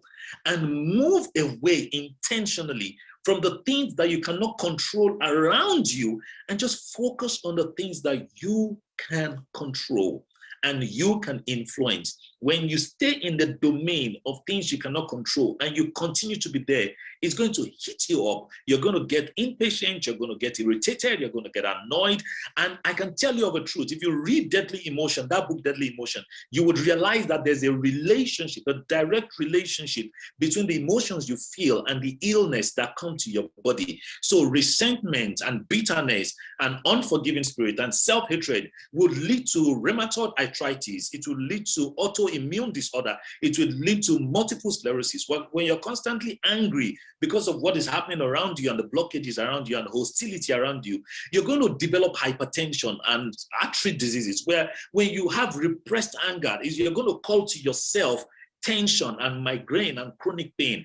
When you constantly fear the fear, and you have anxiety and fear and worry, you're calling panic attacks and prolapse to your body. The idea is what you feel emotionally becomes what you feel in your body. So you have to intentionally decide, I want to listen to music. I want to ignore what they've said. I want to enjoy sitting in the car and just enjoying the memories. I put something on Instagram in recent times. My Instagram handle is my name, Enahoroha. If you want to follow, that would be nice. And I said that I'm just beginning to realize that it is strength to look into the future with optimism. How did I begin to realize that? I started realizing that people look into the future with worry. And I'm wondering, it's the future. You don't know what's going to happen in it. So why look into the future with worry and kill your present when you have the option to look into the future with optimism, with excitement? Like, the future is not here. So we have a choice. Why choose the negative when you can choose the positive? Because you're not paying for anyone. Use your imagination. I can decide right now, I can decide that I'm in the US and I'm enjoying on the beach of the US. And in those 5 minutes, it will release lovely chemicals into my body. Your brain does not know what is real and what is not real, right? So when you use the skill of imagination to focus, you can decide to imagine beautiful things and good things. And because your brain does not know what is real and what is not real, create your realness, irrespective of what is happening in your life.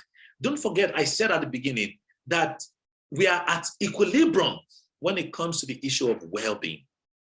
It's not about what you have. It's about how you appreciate what you have. Worry is looking into what you don't have, right? And contentment is being grateful for where you have, for what you have. And contentment and things like that will give you resilience to constantly move forward. This is how to use emotional intelligence to get far away from anxiety and far away from depression and all of those negative traits and emotional states that we don't want to find ourselves in. You have the power. The ring of emotional intelligence that we use says, know yourself, choose yourself, and give yourself. Know yourself simply means be aware of what is going on around you. Choose yourself simply means be intentional about your choices. And give yourself simply means do it for the sake of a bigger goal. So talking about well-being, for the sake of a healthier self, what could you choose to do irrespective of what is happening around you?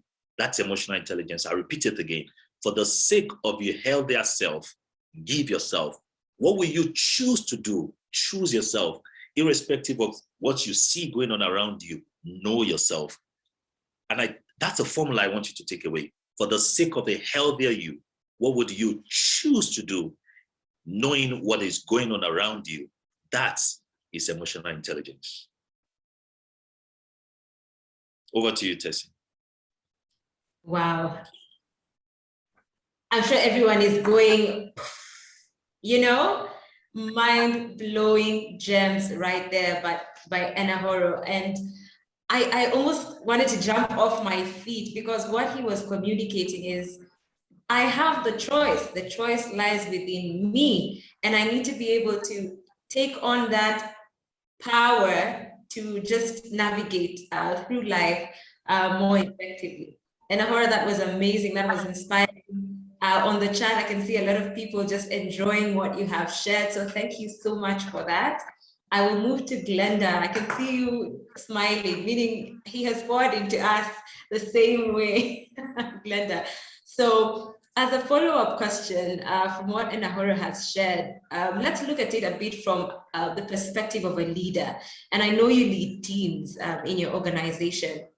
In an environment with high pressure, like a banking industry or the tech industry, what should leaders really look out for? Are there particular signs within your team members that you should be able to look out for to see that they're experiencing burnout and realize how you can provide the necessary support that they need to keep providing and keep, you know, being productive and participating at work? Over to you, Glenda. Thank you so much, Tessie. And if I may have permission just to step back a little bit from that question and look at start with the organization, and then we can come into, you know, the role of leaders. I think it is so important that we start destigmatizing, you know, issues related to mental health. It is still so, you know, frowned upon and not accepted. And there are so many myths and misconceptions around mental well-being that we need to start, you know, addressing. The second thing I think that I'd like to just land is really the concept that mental health exists on a continuum. And the previous speakers have spoken to some of those things like burnout, stress, etc. So you have positive mental well-being, and then you have mental illness, which really significantly can impact one's daily functioning. And then there's a mid-range section, you know, on this continuum. And I think we all dip in and out of this mid-range from time to time, where we experience times when we are not coping, where we are suffering from insomnia, you know, stress, burnout, anxiety, etc. And I think, you know, as leaders and as organizations, we need to start having conversations around what mental health is. And we need to start addressing the stigma so that we can create an environment and a culture in which it is okay not to be okay. So, you know, once again, as organizations, I think we need a systemic approach to the management of mental illness and mental health issues within the workplace. So some of the things I think, Tessie, if I can continue, you know, that we can do is really, like I've said, have the conversations, build line manager capability.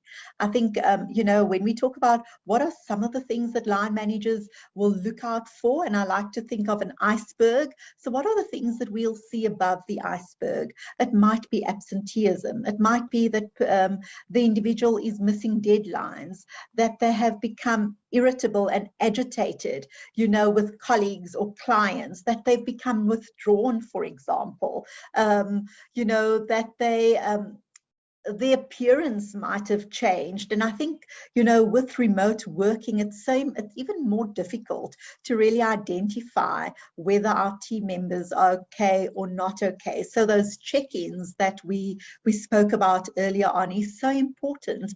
And you know, to get to a place where leaders are actually getting employees to switch on their video so that you can actually relate and see how people are doing. So line manager capability is important so that line managers can identify and appropriately support employees who are struggling with mental health issues, Tessie. The other thing is the organization. The organization needs to have programs in place that will support employees, but also offer reasonable accommodation. I think here we are talking, what can we do to destigmatize, you know, mental health issues in the workplace and really build this culture that it is okay not to be okay. The other thing, and I have three more ideas that I'd like to share, is this whole aspect of psychological safety. You know, as a leader, I have a responsibility to embrace the whole self of individuals and to recognize that individuals come into organizations with their head, their hearts, and their hands, and we can't separate that. So I need to create the milieu in which my team members are able to show up as their authentic self and their whole self within the organization. So for my team, if I look at my team, there's one team member who is young. She has 4 children. She needed to juggle work, pandemic schooling, she has a 2-year-old, etc. And it was extremely difficult for her.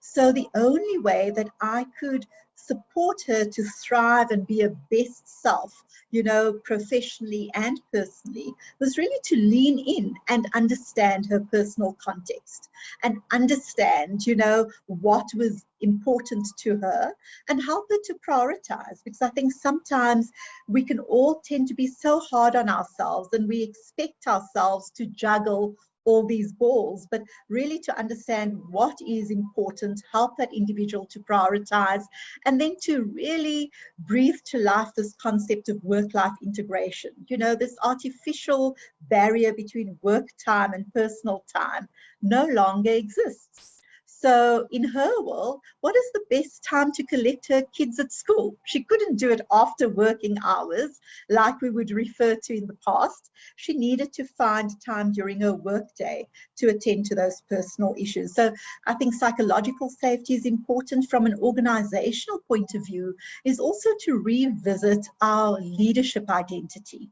Once again, I would encourage organizations to incorporate, you know, behaviors such as empathy and compassion into our leadership identity, and then to embed well-being practices into our daily work routine.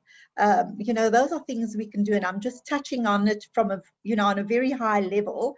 As a bank, you know, I spoke to us really being true to our people promise, and we do that by, and we test whether we are true to our promise to be human at heart in our annual surveys. So we have 2 questions there. The one is, do you have a caring, is your immediate line manager caring, or do you experience your immediate line manager as being caring? And the second question is around, you know, do you have time to take care of your personal well-being? So those are things we build into our surveys, and then we need to, you know, take action, whether it be at team level or organization level, to really close the gap from the norm, to ensure that we are truly, you know, creating a milieu in which employees can feel that I can speak out and speak up when I'm struggling with mental health issues. And our line managers need to feel that they have the skill, the knowledge, and the capability to appropriately support to our employees. Over to you, Tessie.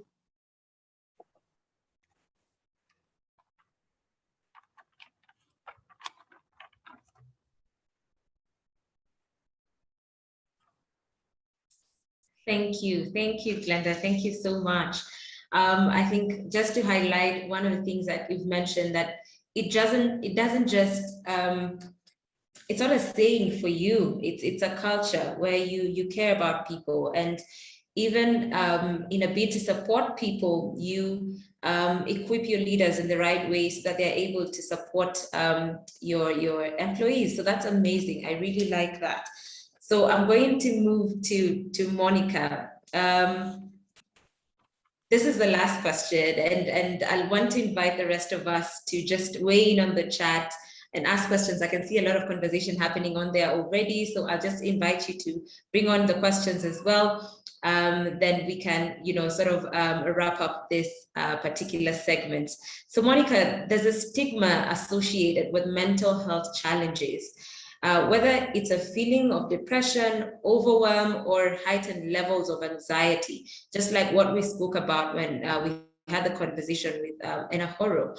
How can we change the narrative within organizations so that people are willing to share more of what they're feeling with their colleagues, and more particularly with their leaders, without fear, because a lot of it is usually around fear. So without fear of it having an impact on their progression in the organization or their career journey. So maybe you can even share a bit of insights on what you're working on or what you're doing in your particular organization. Welcome, Monica. Well, thank you, Tessie, and thank you to my co-panelists, Enahoro and Glenna. I think, I was surprised to hear Enahoro saying that, in a family, the father does everything and takes care of everyone else and forgets himself. But I think the ladies in the house might disagree with you, Enahoro. We thought that it is the ladies who, work 24 hours, taking care of everybody, all the children, plus the husband who is the firstborn. The husband who practices emotional intelligence. So I'll take you on right there, and thank you for reminding us about really finding and connecting with your serotonin triggers. And I must say, at that point, I was thinking about myself, and when I realized in my early part of my career, I was actually getting into burnout, and I decided to make a decision, as you talked about choice, that fitness will become a lifestyle for me, and therefore from then on I've been able to create my own serotonin. And I think you did say a nice one there, that if sex is one of them, please enjoy it. And I saw some comments out there, so please find your serotonin, enjoy it, and have no apologies to make about that. So I think today is a great session for us to really connect and share. And to the question, I think, Tessie, I had prepared for the question number 2, which I think Glenn has taken, but I think in the spirit of agility, I have quickly looked at what the third question is about. So we are ready all the time.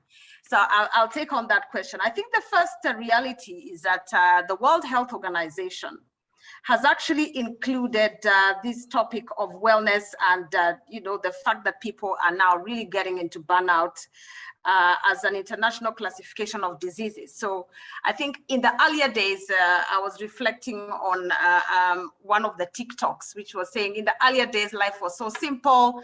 We had no social media pressure.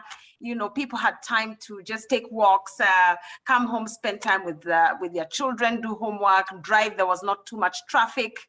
But the pressures of today have just really completely turned the world around. And so as we think about this whole big topic in the conference that Mucha has invited all of us, that the world has changed. The concept of burnout is so real. And, the stigma around, that you're depressed and therefore you cannot talk about it is a thing of the past. And my children were reminding me the other day, I have 3 lovely teenagers, and they kept on telling me, Mom, I think you need to acknowledge that depression is real, and that, you can get into panic attacks and burnouts. And I kept on saying, I think, you guys, you need to understand the world is still the same. Technology may have changed and so on, until I actually realized that it is actually a reality. And so in my organization, in NCBA, we've become very aware and alive that the issue of burnout, the issue of emotional wellness is a big topic. And so as we were designing our go-getter culture, we did realize that we need to speak out the value of openness. And really bring it to become a culture that we feel within the organization, and not just a value that is on the wall. So to what extent, is your organization allowing people to be open as a culture, that they can actually come to the table and say, I feel completely exhausted? And to what extent does your leadership team, because everything rises and falls with a leader, acknowledge the fact that it's no longer about human resources? And I must say that at NCBA, we have completely embraced that it's the wholesome human being. And we have to be, bring the leadership to the table to say, how are we empowering our leaders to connect with their teams? Because emotional intelligence is a whole aspect of connecting with the emotions of you as a leader and connecting with the emotions of your team. How often are you sitting and talking with your people? We have become a digital world today. The COVID has obviously disrupted the way we are used to doing things. Today, we are connecting over 50 people from different geographies and having a conversation around emotional intelligence, which is great. But at the end of the day, human beings, and research shows that human beings are yearning for connection. And when we push people and drive people and all we talk about is delivering results, and we don't care about them as human beings, then they completely disengage and they completely disconnect and they leave your company. So the research is showing that employees who stay with you are those that feel that you care for them as a human being. So the issue of stigma and stigmatizing, burnout and depression and emotional well-being has got to be a thing of the past for organizations that want to succeed. So our employee value proposition, and I believe all your organizations do have an employee value proposition, is to inspire greatness. Okay, so NCBA's purpose, and we talked about purpose on day one. Why do we exist as an organization? Is to enable you to inspire greatness. Whatever greatness looks like to you as our customer, as our stakeholder, shareholder, our employees, the community, we want to inspire greatness. So for employees, we want you to do greatness every day. I think it was Nahoro who was talking about, waking up every day and coming full of energy. I believe in having fire in the belly. There is somewhere in the belly that when you wake up every day, you need to find that fire in the belly because you wake up with purpose. And so as a leader, I'm always looking out to see what are the people in my team feeling? What is that change of behavior that maybe they may be experiencing? If somebody in my team was bubbly and came and met deadlines and always showed up to work, and suddenly they're withdrawn, suddenly they look tired and exhausted, suddenly they look disengaged. As a people leader, that's your job, to be able to notice the changes within the team. I think oftentimes we are very busy behind our desk, and especially now with the digital era, that we are not stepping up to actually ask people, how are you doing? So when I start my meetings, usually I will with a camera. So in NCBA, our culture is that you must turn on your camera. So, so at least you have to, you can't be in pajamas. Even if you're working from home, you need to turn on your camera. So we need to see you, and we need to see, and we ask, how are you doing? How are you feeling? And it's okay not to be okay. I think this is what the conference is, bringing out today. That, I have a sick child. My child has been sick. And so I would like some time off to take care of my child. And as a leader, you must be cognizant that this employee actually needs to go out and take care of their child. Some of my staff will tell me, Monica, I just feel tired. I need some time out. As a leader, are you listening to what your employees are saying, and even what they're not saying, body language? So I think the issue of stigmatizing, the topic of wellness and emotional wellness has got to change for us as leaders. So we have lots of webinars as an organization, and the feedback has been amazing. That we are giving opportunities to employees to actually talk to professionals who are professional counselors, professionals, psychosocial therapists, to actually say, this is how we feel. I talked about our merger journey, and we allowed people to say how they're feeling. I'm afraid. I feel disengaged. How do we support employees through our partners? So we have a great partner, Minette, who then allows employees to call in and dial in a toll-free number and say, I need help. I think it was Glenna, I think you talked about that as well. And then Ahoro, allow your employees to actually reach out to somebody who can actually be able to help them. So I think, you know, as we think about the wellness, today we gave our own definitions, just one word, you know, having a center of balance, feeling joyful and healthy, having harmony, and being able to be at peace with yourself. To what extent are we allowing employees to be wholesome, bring themselves to work holistically? And to what extent are we as leaders allowing employees to actually have a channel to communicate better, to be listened to? And we take surveys. I think my colleagues have talked about it. We just recently did a dipstick. How is the new culture treating people? How do they feel about the culture and the values connecting to their own personal values? Where are the disconnects, which we will call entropy? And as we begin to use that as data, Mucha, I loved your what you brought up yesterday to say that emotions are a data source, a rich data source. How are we using that in our organizations to actually drive transformation? So at NCBA, we've allowed employees to actually tell us how they feel about the culture at NCBA. How does it connect with their own personal values? And what is the desired culture and values that they would like to see? And we take that data as a rich data source to then transform the organization to what we would like to see. So we have a great opportunity to transform our organizations to become more effective, to be able to deliver results, because wellness equals productivity. Thank you, and back to you, Tessie. Thank you so much, Monica. I really just threw you into the deep end there with that question. My apologies, but you have tackled it quite well and actually touched on a bit of number 2 in terms of how to look out for these signs within our teams and just better support our teams as leaders as well. I'm looking at the chat. If you see me looking at this side, I'm looking at the chat box just to capture the questions that are coming in and the responses as well. So thank you so much, everyone, for the amazing insights that you have shared. I just wanted to summarize a bit of what has come out during this panel discussion. I know time is far much spent, but one of the things that I have really loved is for leaders, being present to look out for your team is very important. Being someone who is very intentional and passionate about supporting teams and being on that lookout to be able to support your teams is extremely important. So that is a key for you as a leader, wherever you are. And as an individual or member of a team, you need to be aware about your emotions. Even before you look for support, you need to be aware, how am I feeling? How does it impact, you know, my environment and my work? Then share how you feel, because it impacts how you show up. You need to be able to talk about it.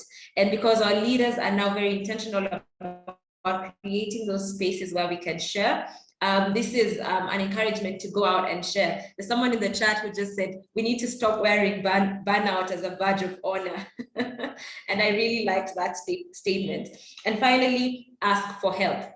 That's what has come through from Monica as well. So ask for help, because then you're able to get the support that you need to navigate through tough seasons and basically have a wholesome well-being. Well, and Ahura talked about the physical well-being. You also need to take care of your mind, your emotional well-being as well. So thank you so much to my 3 panelists who have shown up and done an amazing job in empowering us during this conversation. I just want to go to one question that Gabriella had shared earlier.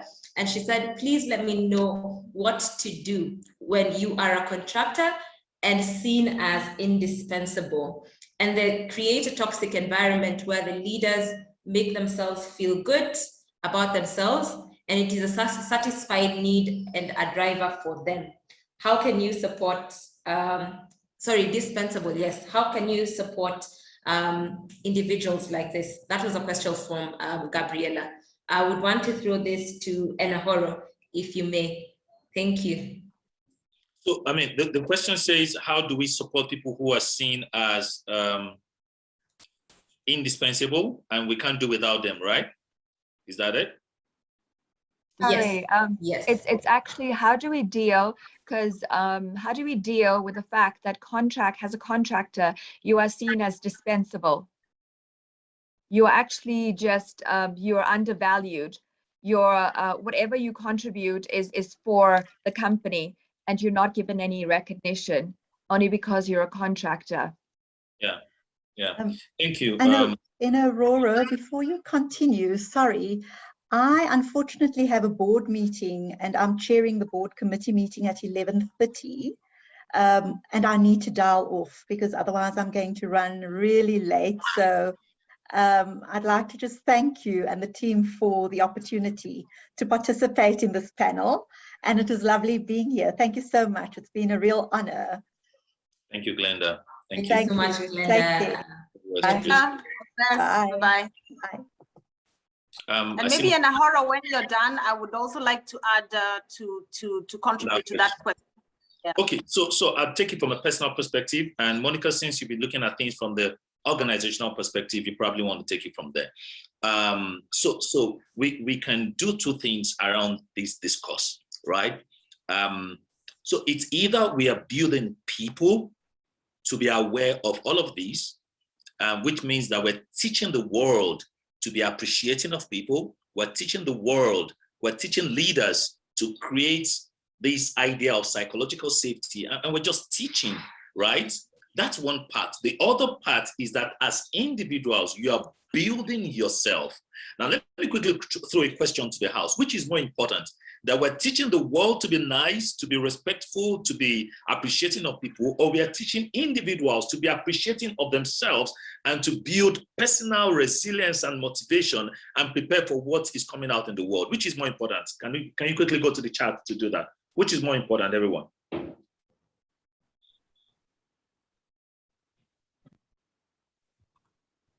The response is coming in, the individual, from Clara.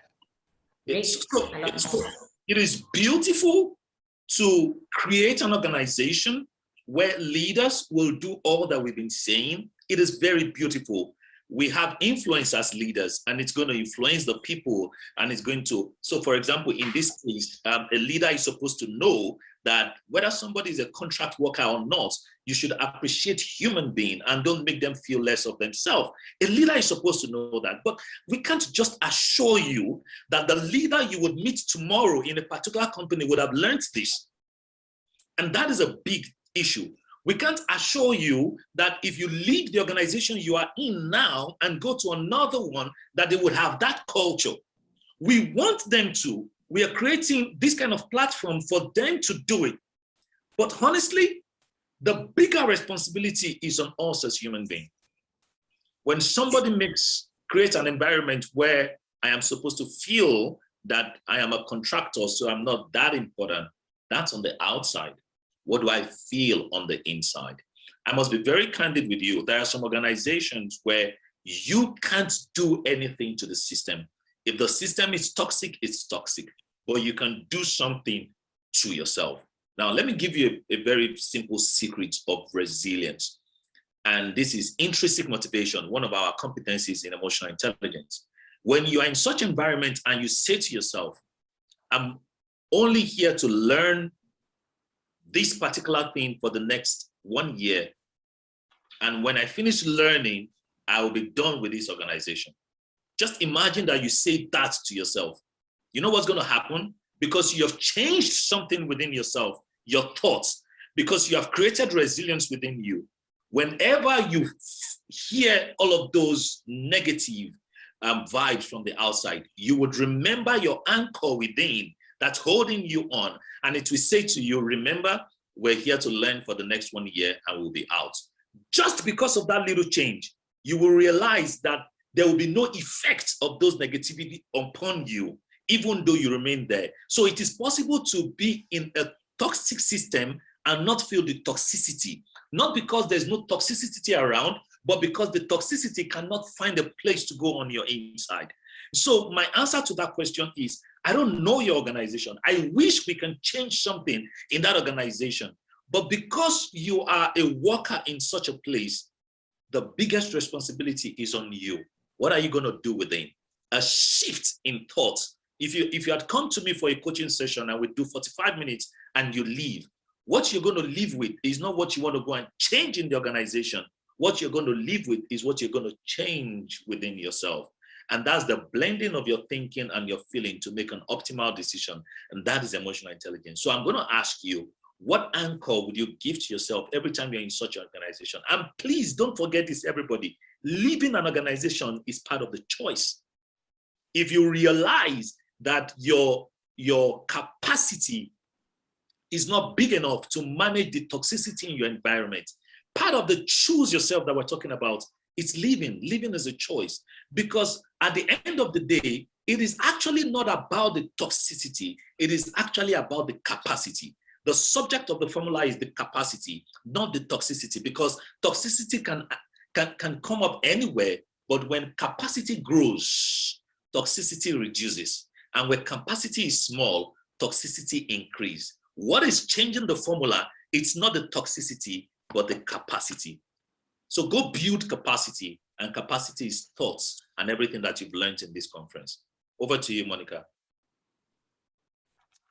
Thank you very much, Nahoro. And I think you've picked part of my brain that wanted to respond to that. So I will pick it up from there and say that, you know, every situation that you face, you can either look at it as a challenge or as an opportunity. And I think to the question about being a contract employee and feeling undervalued,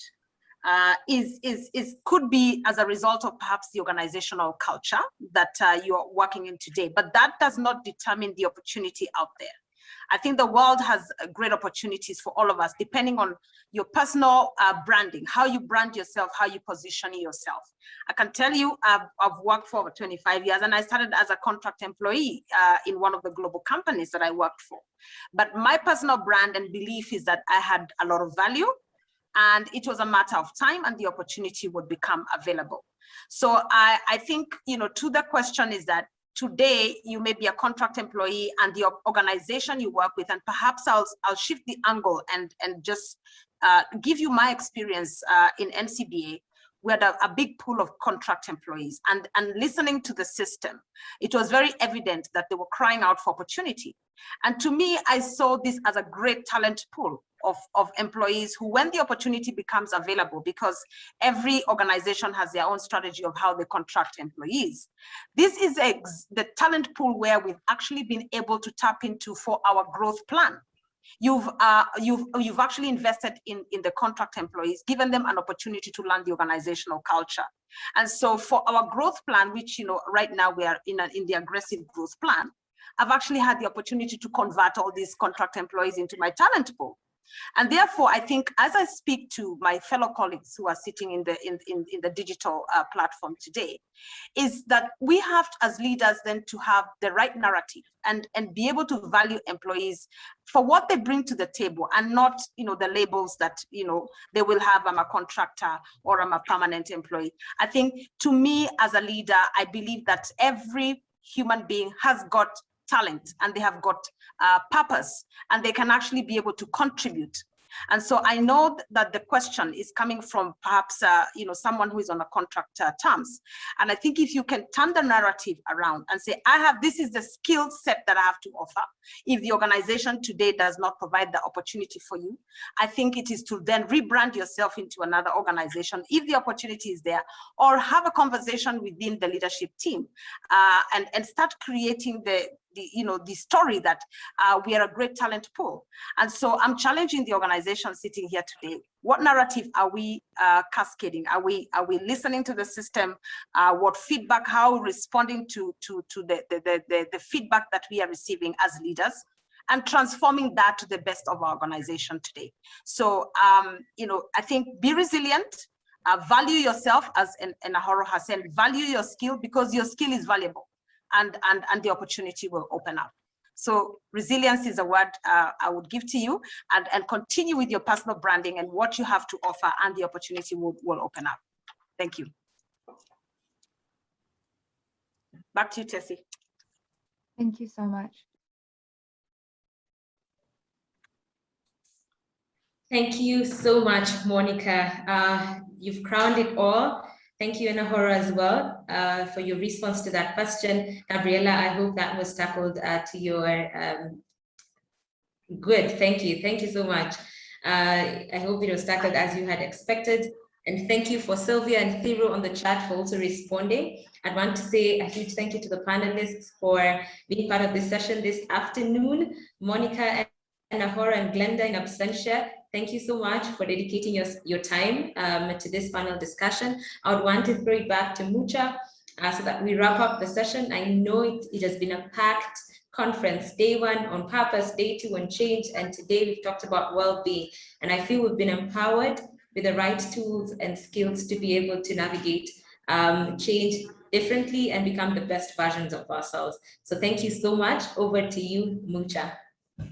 Thank you so much, Tessie. What a powerful panel. Thank you very much, Monica. Thank you very much, Anahora. Thank you, Glenda, in absentia. And thank you very much, Tessie, for leading that conversation so well. We are so grateful for the discussions we have had. I cannot believe that we are at the end of the 3 days. And what a 3 days it has been. What an amazing 3 days it has been. Our theme this year, the 3rd annual EQ for Africa conference, is or has been a whole new world. And our goal was to provide you with the tools to leverage the power of emotional intelligence to renew purpose, strengthen resilience, and spark vitality. We can all agree as we look ahead to life with COVID and life after COVID, it is a very different world. The future is unclear, and many of us have been struggling with how we can utilize our emotions as a strategic resource. I'm sure after the conversations we've had over the past 3 days, you will agree with me when I say that emotional intelligence is the very attribute that will help us to navigate through the challenges, unpredictability that we are facing as a result of the pandemic. Our objective over the last 3 days was to ensure that you leave with the insight and tools to leverage emotional intelligence to achieve your big, hairy, audacious career and life goals, redefining and recommitting to your purpose and finding the motivation from within to push forwards, successfully surfing the waves of change for life and career success, even amidst the storm, and developing the emotional and mental well-being to flourish even in challenging circumstances. So let me ask you, how did we do? We would love to hear from you. Did we meet our objectives? Do you feel as though you are leaving empowered to do all those things that I have talked about?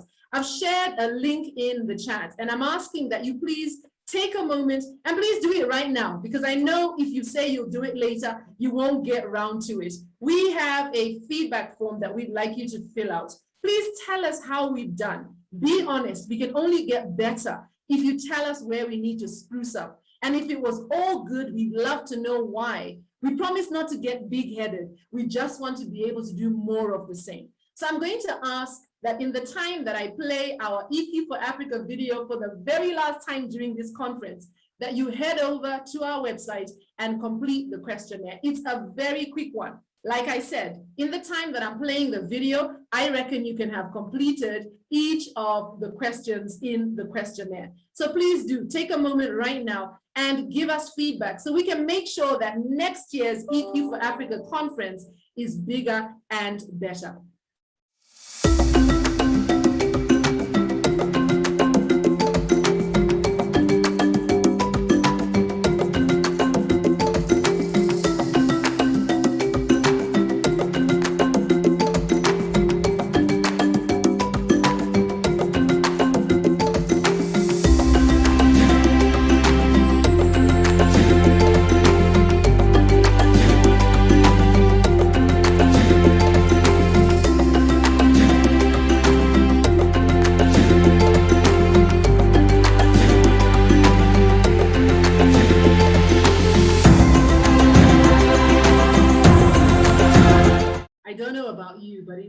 Has been a fabulous 3 days, and I'd love to hear from you. And I'm going to ask you one last time, please take out your phone, take a picture of yourself, a selfie, and post it on social media. I know that we'd love to hear from you. In addition to what you've shared on the feedback form, do just send a message on social media, tag us at EQ4 Africa, at PTS Africa, at Pause Factory, at Muchamling, or any of those. Tag us so that we can celebrate with you the insights, the takeaways that you have had. In addition, feel free to use the chat even now to share your insights as a result of these 3 days. Share how you are going to do things differently as a result of spending your mornings with us. And I'm so grateful that you have done that. Before I go any further and before I forget, we did promise that there would be a prize draw. And at this time, I would like to share and identify who our winners are. So when we started day one, we asked you to go on social media to share your insights, share your reflections, and on each day, we would put your name in the draw. So for each time that you shared on social media, we put your name in a draw. And Irene is here right now, and she has the names in our proverbial hat. So we are going to pick out, we have 3 winners. So the first prize is a group coaching series. It's a 6-week group coaching series for professional women. So if a man wins the prize, you can gift it to someone that you would like to gift it to. Our second prize is access to our Insights for People Management. It is a Leading with Emotional Intelligence course that is running online and will be running next month. I will tell you more about that shortly. And our third prize, which is where we're going to start, is an online course called EQ Superpower. That's all about helping you to develop greater self-awareness. So we have 3 prizes and we have 3 winners. So can you just shake them around so that no one says there was any rigging? Here we go. All right, so the first winner is Clara Masinde. So Clara wins the online course. Clara, we will get in touch with you and share the details. So now we're going for the second prize. Here we go. The second prize goes to the lady anchored. We don't know what your name is, but you've been awesome on Instagram. Thank you so much for engaging with us and sharing your insights each day. We really enjoyed the reflections you've shared. So the lady anchored, please do get in touch with us. Well, we'll reach out on Instagram. And then the final prize, the 6-week group coaching program, goes to Hema Ramachandi. Oh, sorry, Hema Ramachandira. I think that's how it is. Hema, if I've said that wrong, please accept my apologies. Hema, you have won the 6-week group coaching program. We will be in touch with all our winners. Can you all give them a round of applause, please? Use the reactions to clap for them. You can, yes, Monica, I like that. I saw you clicking your fingers. Awesome. Thank you very much to everyone who was engaging with us on social media. Please continue. Please continue. Oh, Clara, sorry. Yes, no, the other Clara. Please do continue to engage with us on social media. We are always having conversations about how emotional intelligence can help you. One last thing before we go. One last thing before I let you go, and I trust that you have completed the questionnaire for us. We really do value your feedback. We know that as feelings of stress and uncertainty escalate, it's time to lead with emotional intelligence. So how can leaders thrive in volatile and uncertain times? I'd like to invite you to join us for a program called Insights for People Management, a 6 seconds leadership program. Leaders at all levels struggle with issues of interpersonal interaction, team motivation, and employee engagement, especially in times of crisis. But there is growing evidence that indicates that in order to thrive in times like these, leaders need a better understanding of the role of emotions. Join the 6 seconds Insights for People Management, a leadership development program to help leaders leverage the power of emotional intelligence to ignite motivation and drive engagement. If you are a leader who wants to strengthen your EQ superpower to understand how your emotions impact your focus and decision-making at work, if you are a leader who wants to leverage your emotional intelligence insight to understand and optimize your interaction with others and build trust as a key driver for performance. And if you are a leader who wants to identify your EQ strengths and how to leverage them for more effective people management, strengthening your ability for collaborating, driving engagement, and igniting motivation, then register your interest in the register your interest in the Insights for People Management workshop today. I'm going to share a link again in the chat. If you are interested to learn more about the Insights for People Management workshop, please do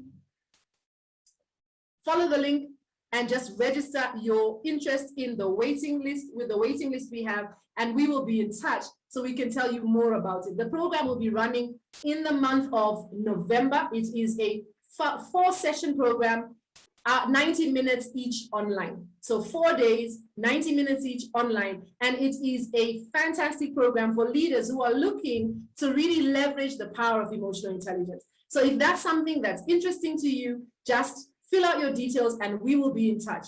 That is it from us. The EQ for Africa conference has come to an end. What an amazing, amazing time we have had. I would be really thankless, and I would be really, it would be terrible of me to end without saying thank you. It has been a phenomenal 3 days because of all the work that's gone into this event by all the people who have contributed. I'd like to give a very big thank you to all the 6 Seconds preferred partners from across the African continent who have led and prepared together with me for this conference. A big shout out to Enahoro Okaye of Pause Factory, to Avril Kidd of EQ in Action, to Joni Peddy of Resilient People, and to Wanjira Mathai of the Wangari Maathai Foundation. Those are the preferred partners that have joined together with us at PTS Africa to bring this conference to you. I must also thank our keynote speakers. A big thank you to Josh Friedman, a big thank you to Jane Morrison, and a very big thank you to Dr. Mongezi Makalima, who also really kicked us off each day with such great insights. I know each of us really enjoyed all that they shared.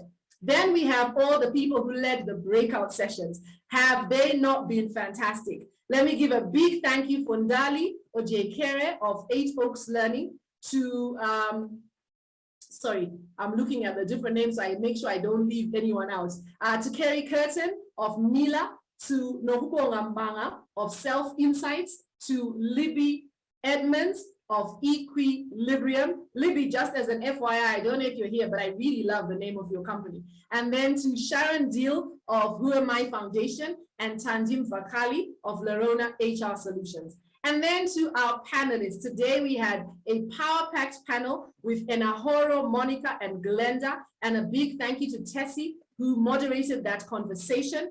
A big thank you to our panelists from yesterday. We had Tolulope, and we had Joni, and I was on the panel, so I can thank myself too. And thank you to our moderator, Katlego, who really managed to bring together our thoughts. And then to our panelists for the first day, a big thank you to Wanjira, to Avril, to Emmanuel, and to Mihaki, and to our moderator, Leroy. And how could I forget, Joni was also on the panel with us. So a big thank you to everyone. And then a bigger thank you to the war room, a big shout out to all those who work behind the scenes. Allow me to appreciate Natasha. I'm not sure if she's here in absentia. Natasha really worked with us in the early days of the conference. A big shout out to Anne, a big shout out to Joy, and a big shout out to Irene. Thank you, everyone. It is a wrap officially. It is a whole new world, and emotional intelligence is your superpower.